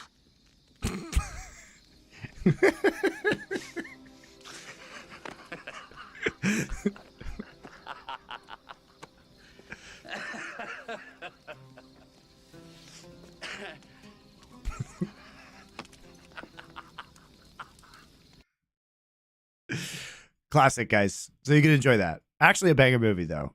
I will have to defend that. That's my job. This replay, though, as it was a nice pick, and Delight is not perturbed by how things are going at all. Got the round the wall one, and then the slow from Zeka allows him just to keep him. This replay, though, as it was a nice pick, and Delight is not perturbed by how things are going at all. Got the round the wall one, and then the slow from Zeka allows him just to keep him hands. No ult on him now. Not sure what the picture-in-picture was showing us. I believe Chovy pressing W. Maybe he picked up the package. Dude, the twist in that movie is actually good. About the fireworm. I don't know. I think the concept of the movie is very strong. It's just kind of badly executed. Since it got removed. You know, I'm normally pretty critical of players when they have bad package usage. I'll be honest, Chovy's has felt borderline invisible. Yeah, I actually feel like everyone has been terrible at packages this season. The language transition in The Hunt for October is Poggers, though. Fun fact, same director, John McTiernan. Same director. It's just been misused. Everyone, I think it might be like the we'll talk about that. Database. But it makes sense in The Hunt for October because you don't want that whole movie to be in Russian. You know, it's much better that they do the language swap when it just like zooms in on his mouth and then zooms back out. The Hunt for October is a much better movie, though. Hold on, we'll look at that scene. It's the same director. But it's very similar. It's a very similar technique where he like zooms in on their mouth.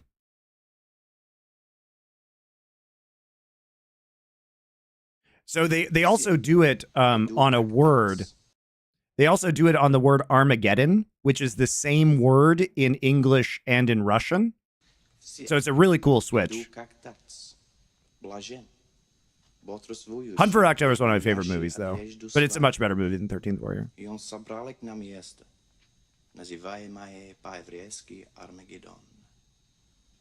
And the seventh angel poured forth his bowl into the air, and a voice cried out from heaven, saying, "It is done." But it's a cool transition because the word Armageddon is the same in both languages. Reading about the end of the world. Dude, this movie is this movie actually is one of the best cast movies I think I've ever seen. With Alec Baldwin, Sam Neill,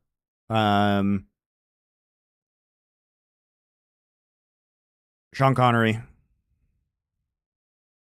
Getting your mail. Indeed. Not always going to be a reliable thing. Yeah, that's hard. But I would have thought that something would get through. YouTube stream got nuked. Okay, Vibe taking a bit of damage here from Paze, sidestepping the burst fire quite nicely there as well. Ah, man. Uh-oh, am I going to get a copyright strike for this? Oh, your stream is no longer being blocked due to copyright issues. I got 13th Warrior, guys. I got 13th Warrior. Rip. And it's just going to be a trade of minion waves. Unlike esports, it is a slower dragon, as in a lot of time was left when it spawned, but they are going to get a second dragon. Yeah. and hopefully for them. The actor played the lead in Norseman and 13th Warrior. He also, I believe, that same actor is in the Vikings TV show. So he's just like a professional Viking actor. Soul can't be a Chemtech, which is already fantastic news. And with 2 in the bag and strong early spikes, and it's an Infernal, which I think they will be rather happy with. Cinder Gaming. That is our favorite thing to do. Picking up Cinders. That's what you guys come here. You come for the League of Legends professional watch-alongs, and then you stay for the the film digressions. And that would be pretty significant. Yep, I would say that would work quite effectively. Canyon has a torch. It's in response to Peanuts Leandri's that he has completed as well. But the Talia has been going pretty fine. Thoughts on the movie Arrival? You can literally watch our foreplay episode, my dude, on Arrival on the Elephant Culture channel. We just did it as part of our Denis Villeneuve arc, which is our last arc. What it feels like to me, anyway. So, just go watch it. Yeah, I imagine he's probably got a bit of money in the coffers. He's going to take the risk. It's very good. And immediately puts it down. But we have like an hour-and-a-half conversation about it. Esports here to assist as well, so this could be a lot of damage onto the turret. The rest of GenG are moving over. There's the pulverized headbutt to try and go for a disengage for Lehens. And GenG are going to be able to get into position. That is going to be a charge, but no turret to be taken here. The rotation from GenG was crisp enough. It was the first Villeneuve movie we did, and the Villeneuve arc was Arrival, Prisoners, Sicario, and then Dune 1 and 2. Plateless turret. Oh, Zekka's maybe? Yeah, Zekka's coming in, and now this turret is well and truly dead. Teleport's coming Barry forward. Toes. Not knowing about our foreplay movies. How could you? Catch up, but still. By the way, we decided to call the next foreplay arc. You guys will appreciate this, because it's supposed to be one person picking it and two people roasting it. We decided to call it Spit Roast. Because we figured if we're gonna call the show foreplay, we might as well call this segment Spit Roast. That's what Peanuts said.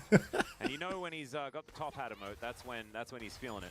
Yeah. So thankfully Peanut is in high spirits, but still, I can't feel good. Yeah, I mean, GenG did a good job there. Secured first blood, managed to defend the mid-tier 1, even though Pays had low mana, which I was a little bit concerned about. But the tower's still low mid, and it's still a gold lead for Honor Life Esports. It's almost 2,000 up, 2 dragons in pocket. Now, setting up for something on the top side. Yeah, Anyway, please cheer for me as I try to defend the 13th Warrior. Hold on. Gets in there. There's the 2-man pulverize. Waits for Chovy to come on over, and Doran's going to be the target. Weaver's wall comes through. True Shot Barrage actually finds it, but there's the knock-up onto Chovy. He has to flash to get himself out, and Doran has I've seen Das Boot, yeah. GenG just without enough burst damage. Yeah, not able to blow up Doran on this Aatrox, and they will have priority towards mid, though. Viper trying to defend here with the Extendo Beam. All right, GenG really just looking for some sort of pick, some sort of something in this game. They will be able to grab the outer turret in mid lane, so they do get that little rotation. I think they're happy with that. You know, key takeaways. Yes, they didn't get the kill they were hoping for, but they managed to take out the tower, and it seems like there's a... Oh, man, the anchor comes out of nowhere. Zekka looks for some autos onto Chovy. He'll get there, but Keen is going to come round. Buster Shot comes through just to get rid of him. That is a big cooldown. He has invested, but I don't think that there's going to be too much follow-up. And it's not on that much of a cooldown, so it should be absolutely fine. So Well, it's crazy that YouTube can live detect movies like that. That's wild. Super successful with making things happen is Honor Life Esports, but they're trying. I mean, I feel like it's the same for GenG, right? This is GenG trying to make things happen. Well, even though it was Delight that was kind of baited into it. It was Delight first, and then they get the turnaround. They're trying to burst out the 8. The same for GenG, right? This is GenG trying to make things happen. Well, even though it was Delight that was kind of baited into it. It was Delight first, and then... But they're trying. I mean, I feel like it's the same for GenG, right? This is I feel like engaging onto a Alistar with ult up maybe ain't the play here. Delight first, and then they get the turnaround. They're trying to burst out the Aatrox, but they just don't have the... Yeah, nice double pull there. Man, I'm not sold about all these LCK Aatrox. I think Aatrox is a bait pick right now. Here, Seismic Shove misses as well, as now Pays is in a 1v1 with the Aatrox, but the rest of Harmon Life going to turn up. There's the Impale. Doran might actually die, but it takes a long time. Can GenG actually get out of here is the question, and I think they will be sacrificed. You got DMC live on YouTube for that movie clip? Yeah, for the 13th Warrior clip, they paused my stream on YouTube. Extendo Beam just barely missing as well, and Chovy is in the mid lane. And he's killing turrets and minions, mind you.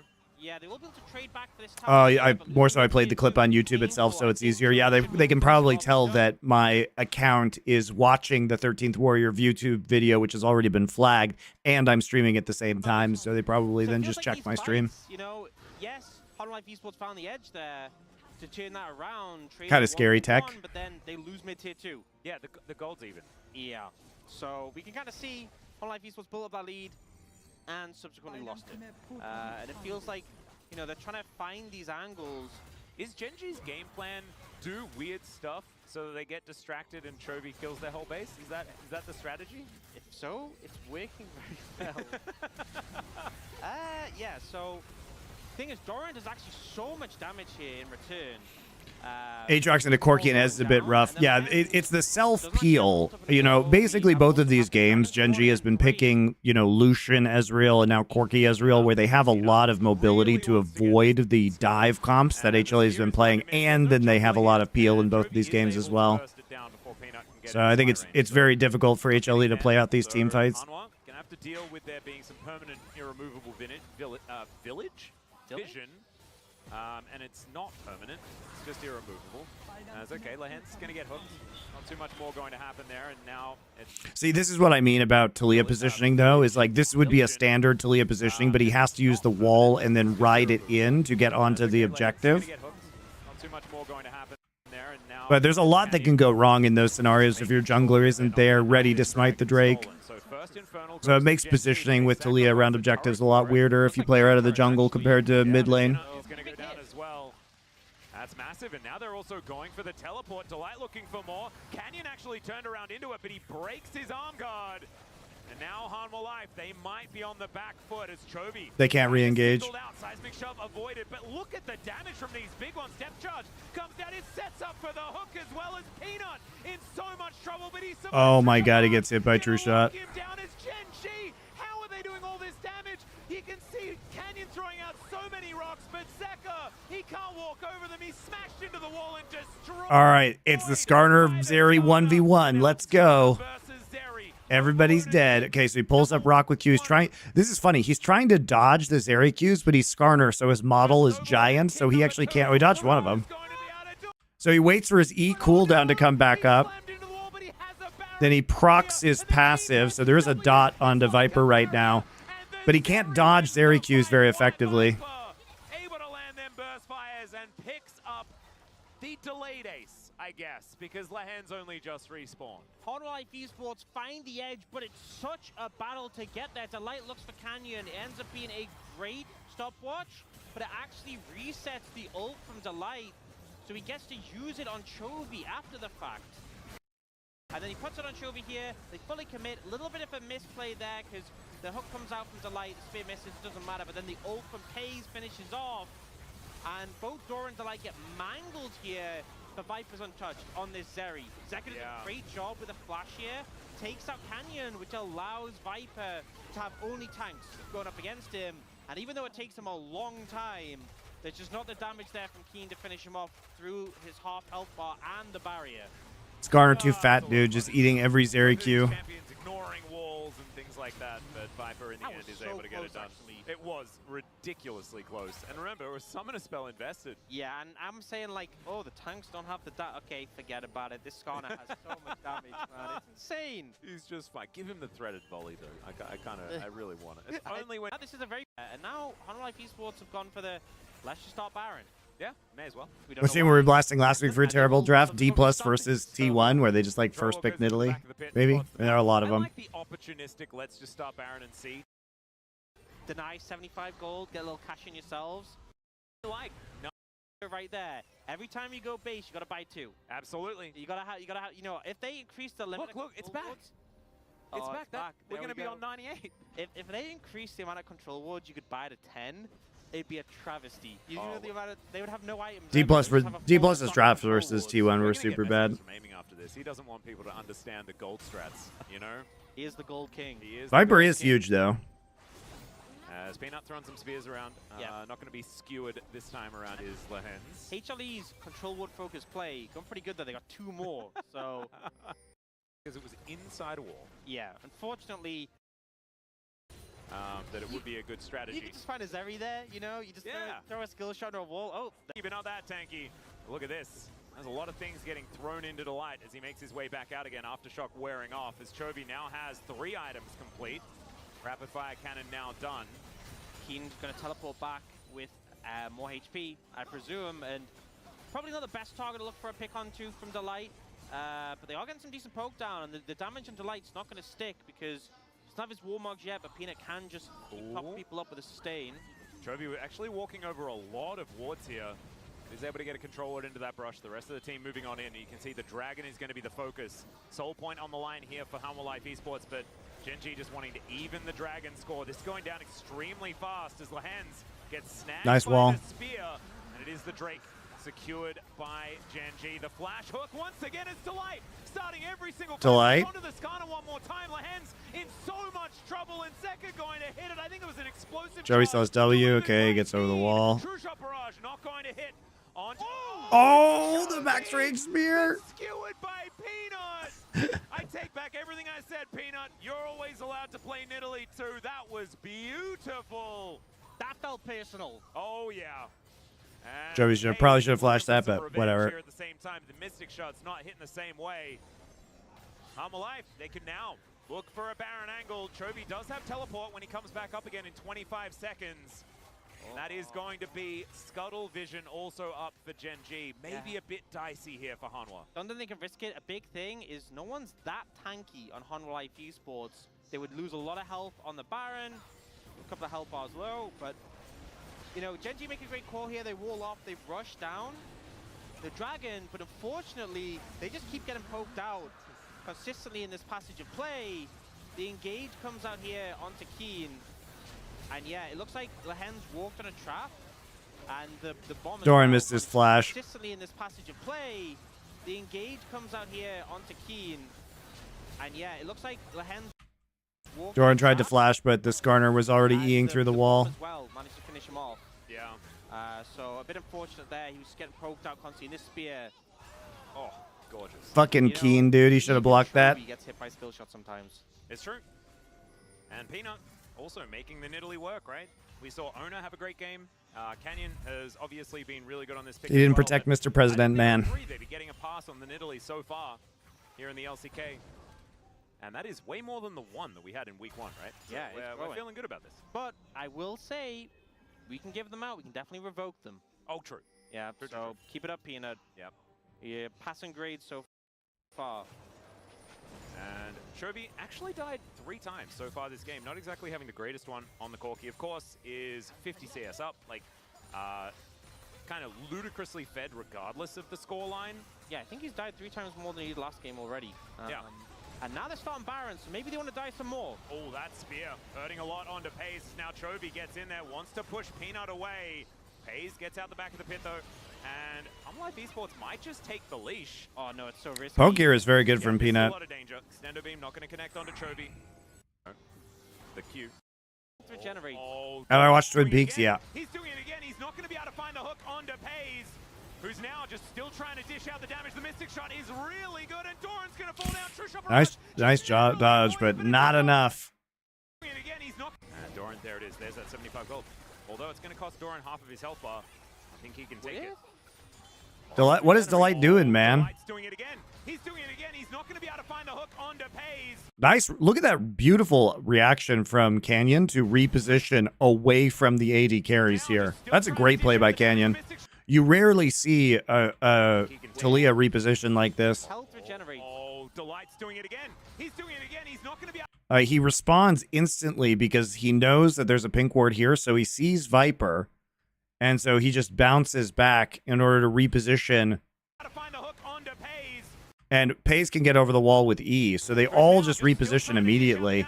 And Lehens is able to W over the wall using the Alistar. But it's a double kill as the revenge of Chovy is now coming down on top of Humble Life Esports. Peanut over the wall. That spear really splitting GenG here.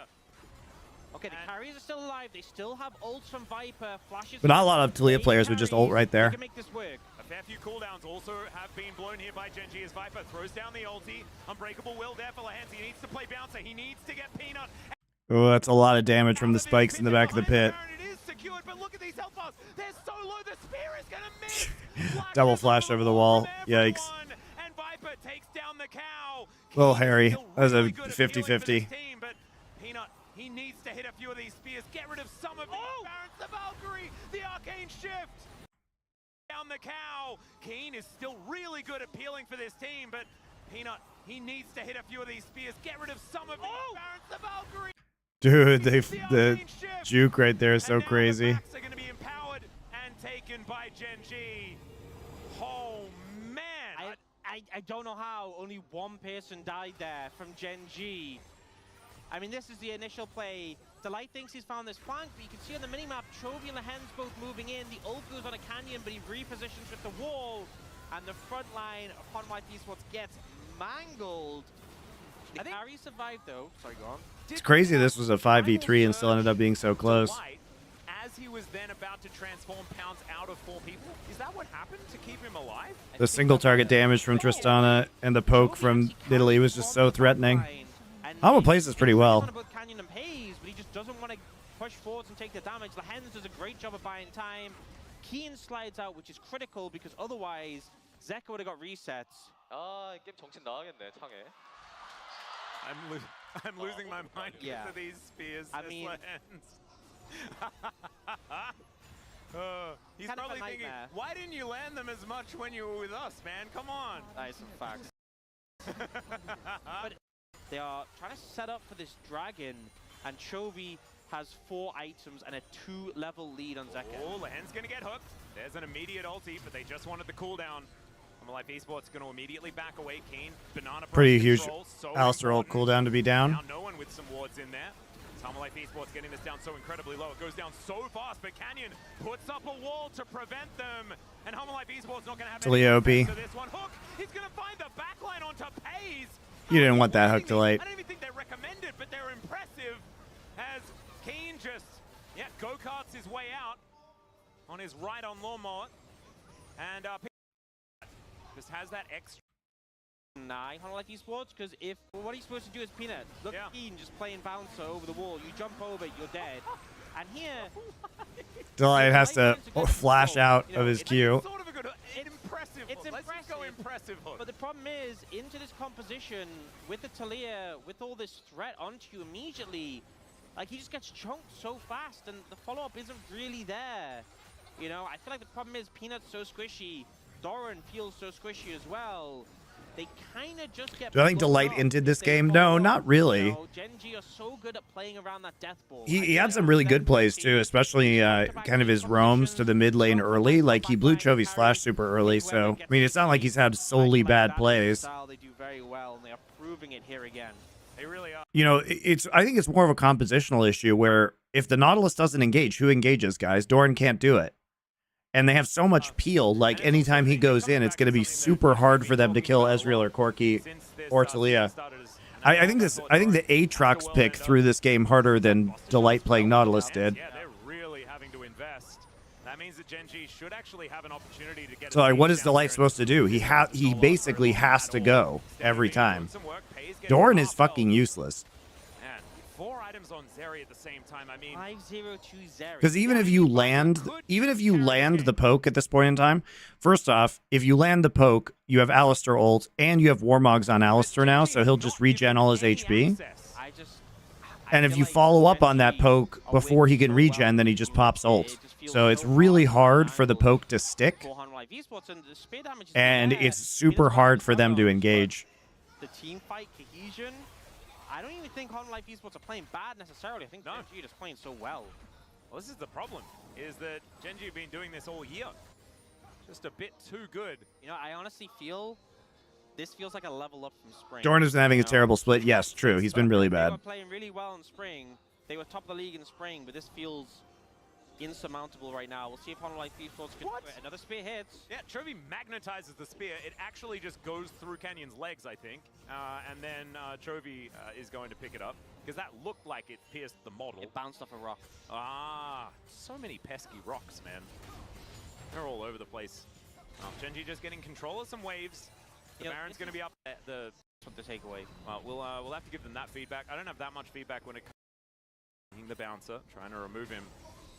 And they know that Peanut started this wolf camp. Chovy comes on over. Man, rapid fire doing a lot of work as they do deny, as the hook is just narrowly going to miss onto Corky. Does the walk strategy that we talk about all the time. Yeah, and GenG going to pick up the red. Still have some sustain on that. It's a minute until Dragon. Yeah. Honor Life Esports cannot let GenG get it. GenG could give it up to trade for the Baron. Honor Life Esports won't let it get to that. They're just the Baron. Delight. He's going to get caught out of position. He's thrown back. The seismic shoves there. They're looking to try and burst it. But the Weaver's Wall comes in, and Canyon, he's going to push them all out of the river. Honor Life Esports know that they cannot contest now. Teleport comes forward from Keen, and Peanut. Oh no, Peanut. On his lonesome. A stray kitty on the top side of the map. He will be taken down. Cannot contest now. The seismic shoves there. They're looking to try and burst it. But the Sniper can only dream of a TP like this, guys. He can only look at this TP. It's a short TP, but it's so good to cut them off. The awareness. Cannot contest now. Teleport comes forward from Keen, and Peanut, he's just left on his lonesome. A stray kitty on the top. Now the Baron's free. Yeah, honestly. Yeah, or they can reset even and go back. I think they've got enough luxury to do that as well as Delight. Unfortunately, out of position. I mean, what are you gonna do? Like, you can't take that Baron. You don't have the tankiness. As he died. Really unfortunate. And then here, Peanut gets split off. And you see initially Keen's zoning them away a bit, and then goes, yep, we got the jungler secured for sure. And maybe this was like a hero play from Odd Stack, Infernal Drake. Oh, here's 60. Chovy just got. Viper's got a GA as well, so it doesn't matter. He can take one. All right, Keen going to find an Impale, and boom goes the dynamite. Delight just popped. Yeah, Rock's being thrown around. Doran slowed up here just a little bit as Pay's getting to work on this turret. My goodness. Takes so much from every auto. And now, Zek are going to have to rocket jump away. Pay's throwing everything at Humble Life Esports, and they are just going to back off. Inhibitors go down a bound. Mid and top lane, they may just continue as Weaver's Wall comes in to try and split off Humble Life. But there's the headbutt pulverize. They do get the setup. Doran able to flash his way out, but it doesn't quite do enough. The unbreakable will from Lehens keeps him alive for so long. The explosion of Sin. I think Onwa didn't play that badly with their compositions, but it just felt like the compositions couldn't do much. Headbutt into a burst fire is not what they want as the rocks come out and Keen put under the Zari and the enemy team. I feel like we did too, and you. Yeah, didn't Canyon and Pay well, so nicely played there. Still with the extra movement speed. Can't actually finish. Do have Infernal Soul though. Wait, what? Look at the Nexus. Oh god. And look at Chovy's TP. And Keen has it as well. Would you say that that ward behind the Nexus is one that Ooh, spicy. in order to kill said Nexus?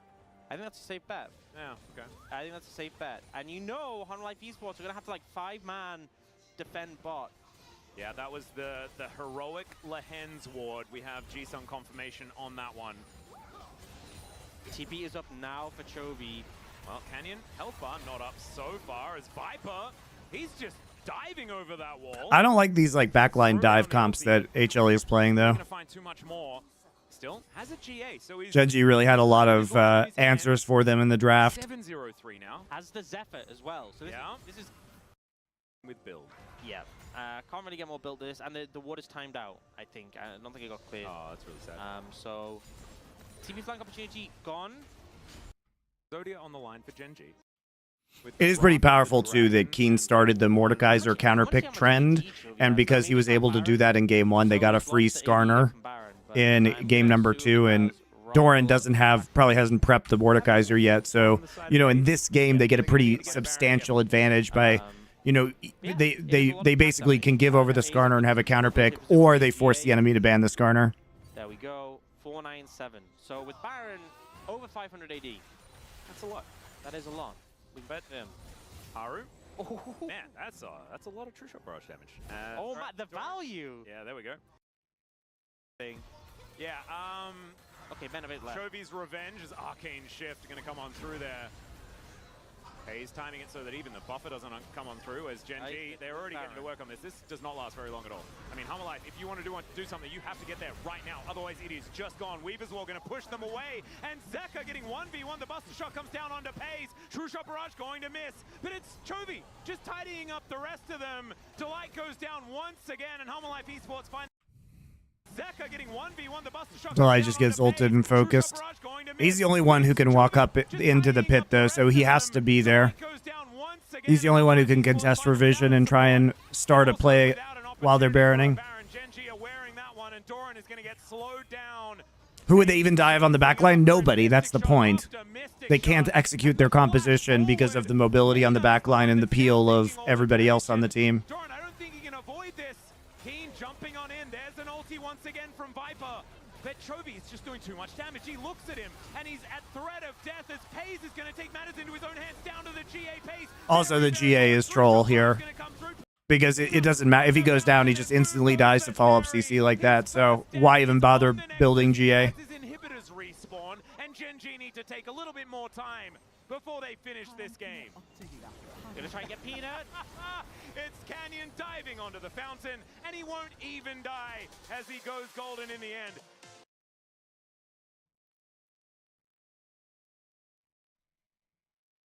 All right, guys, that was fun.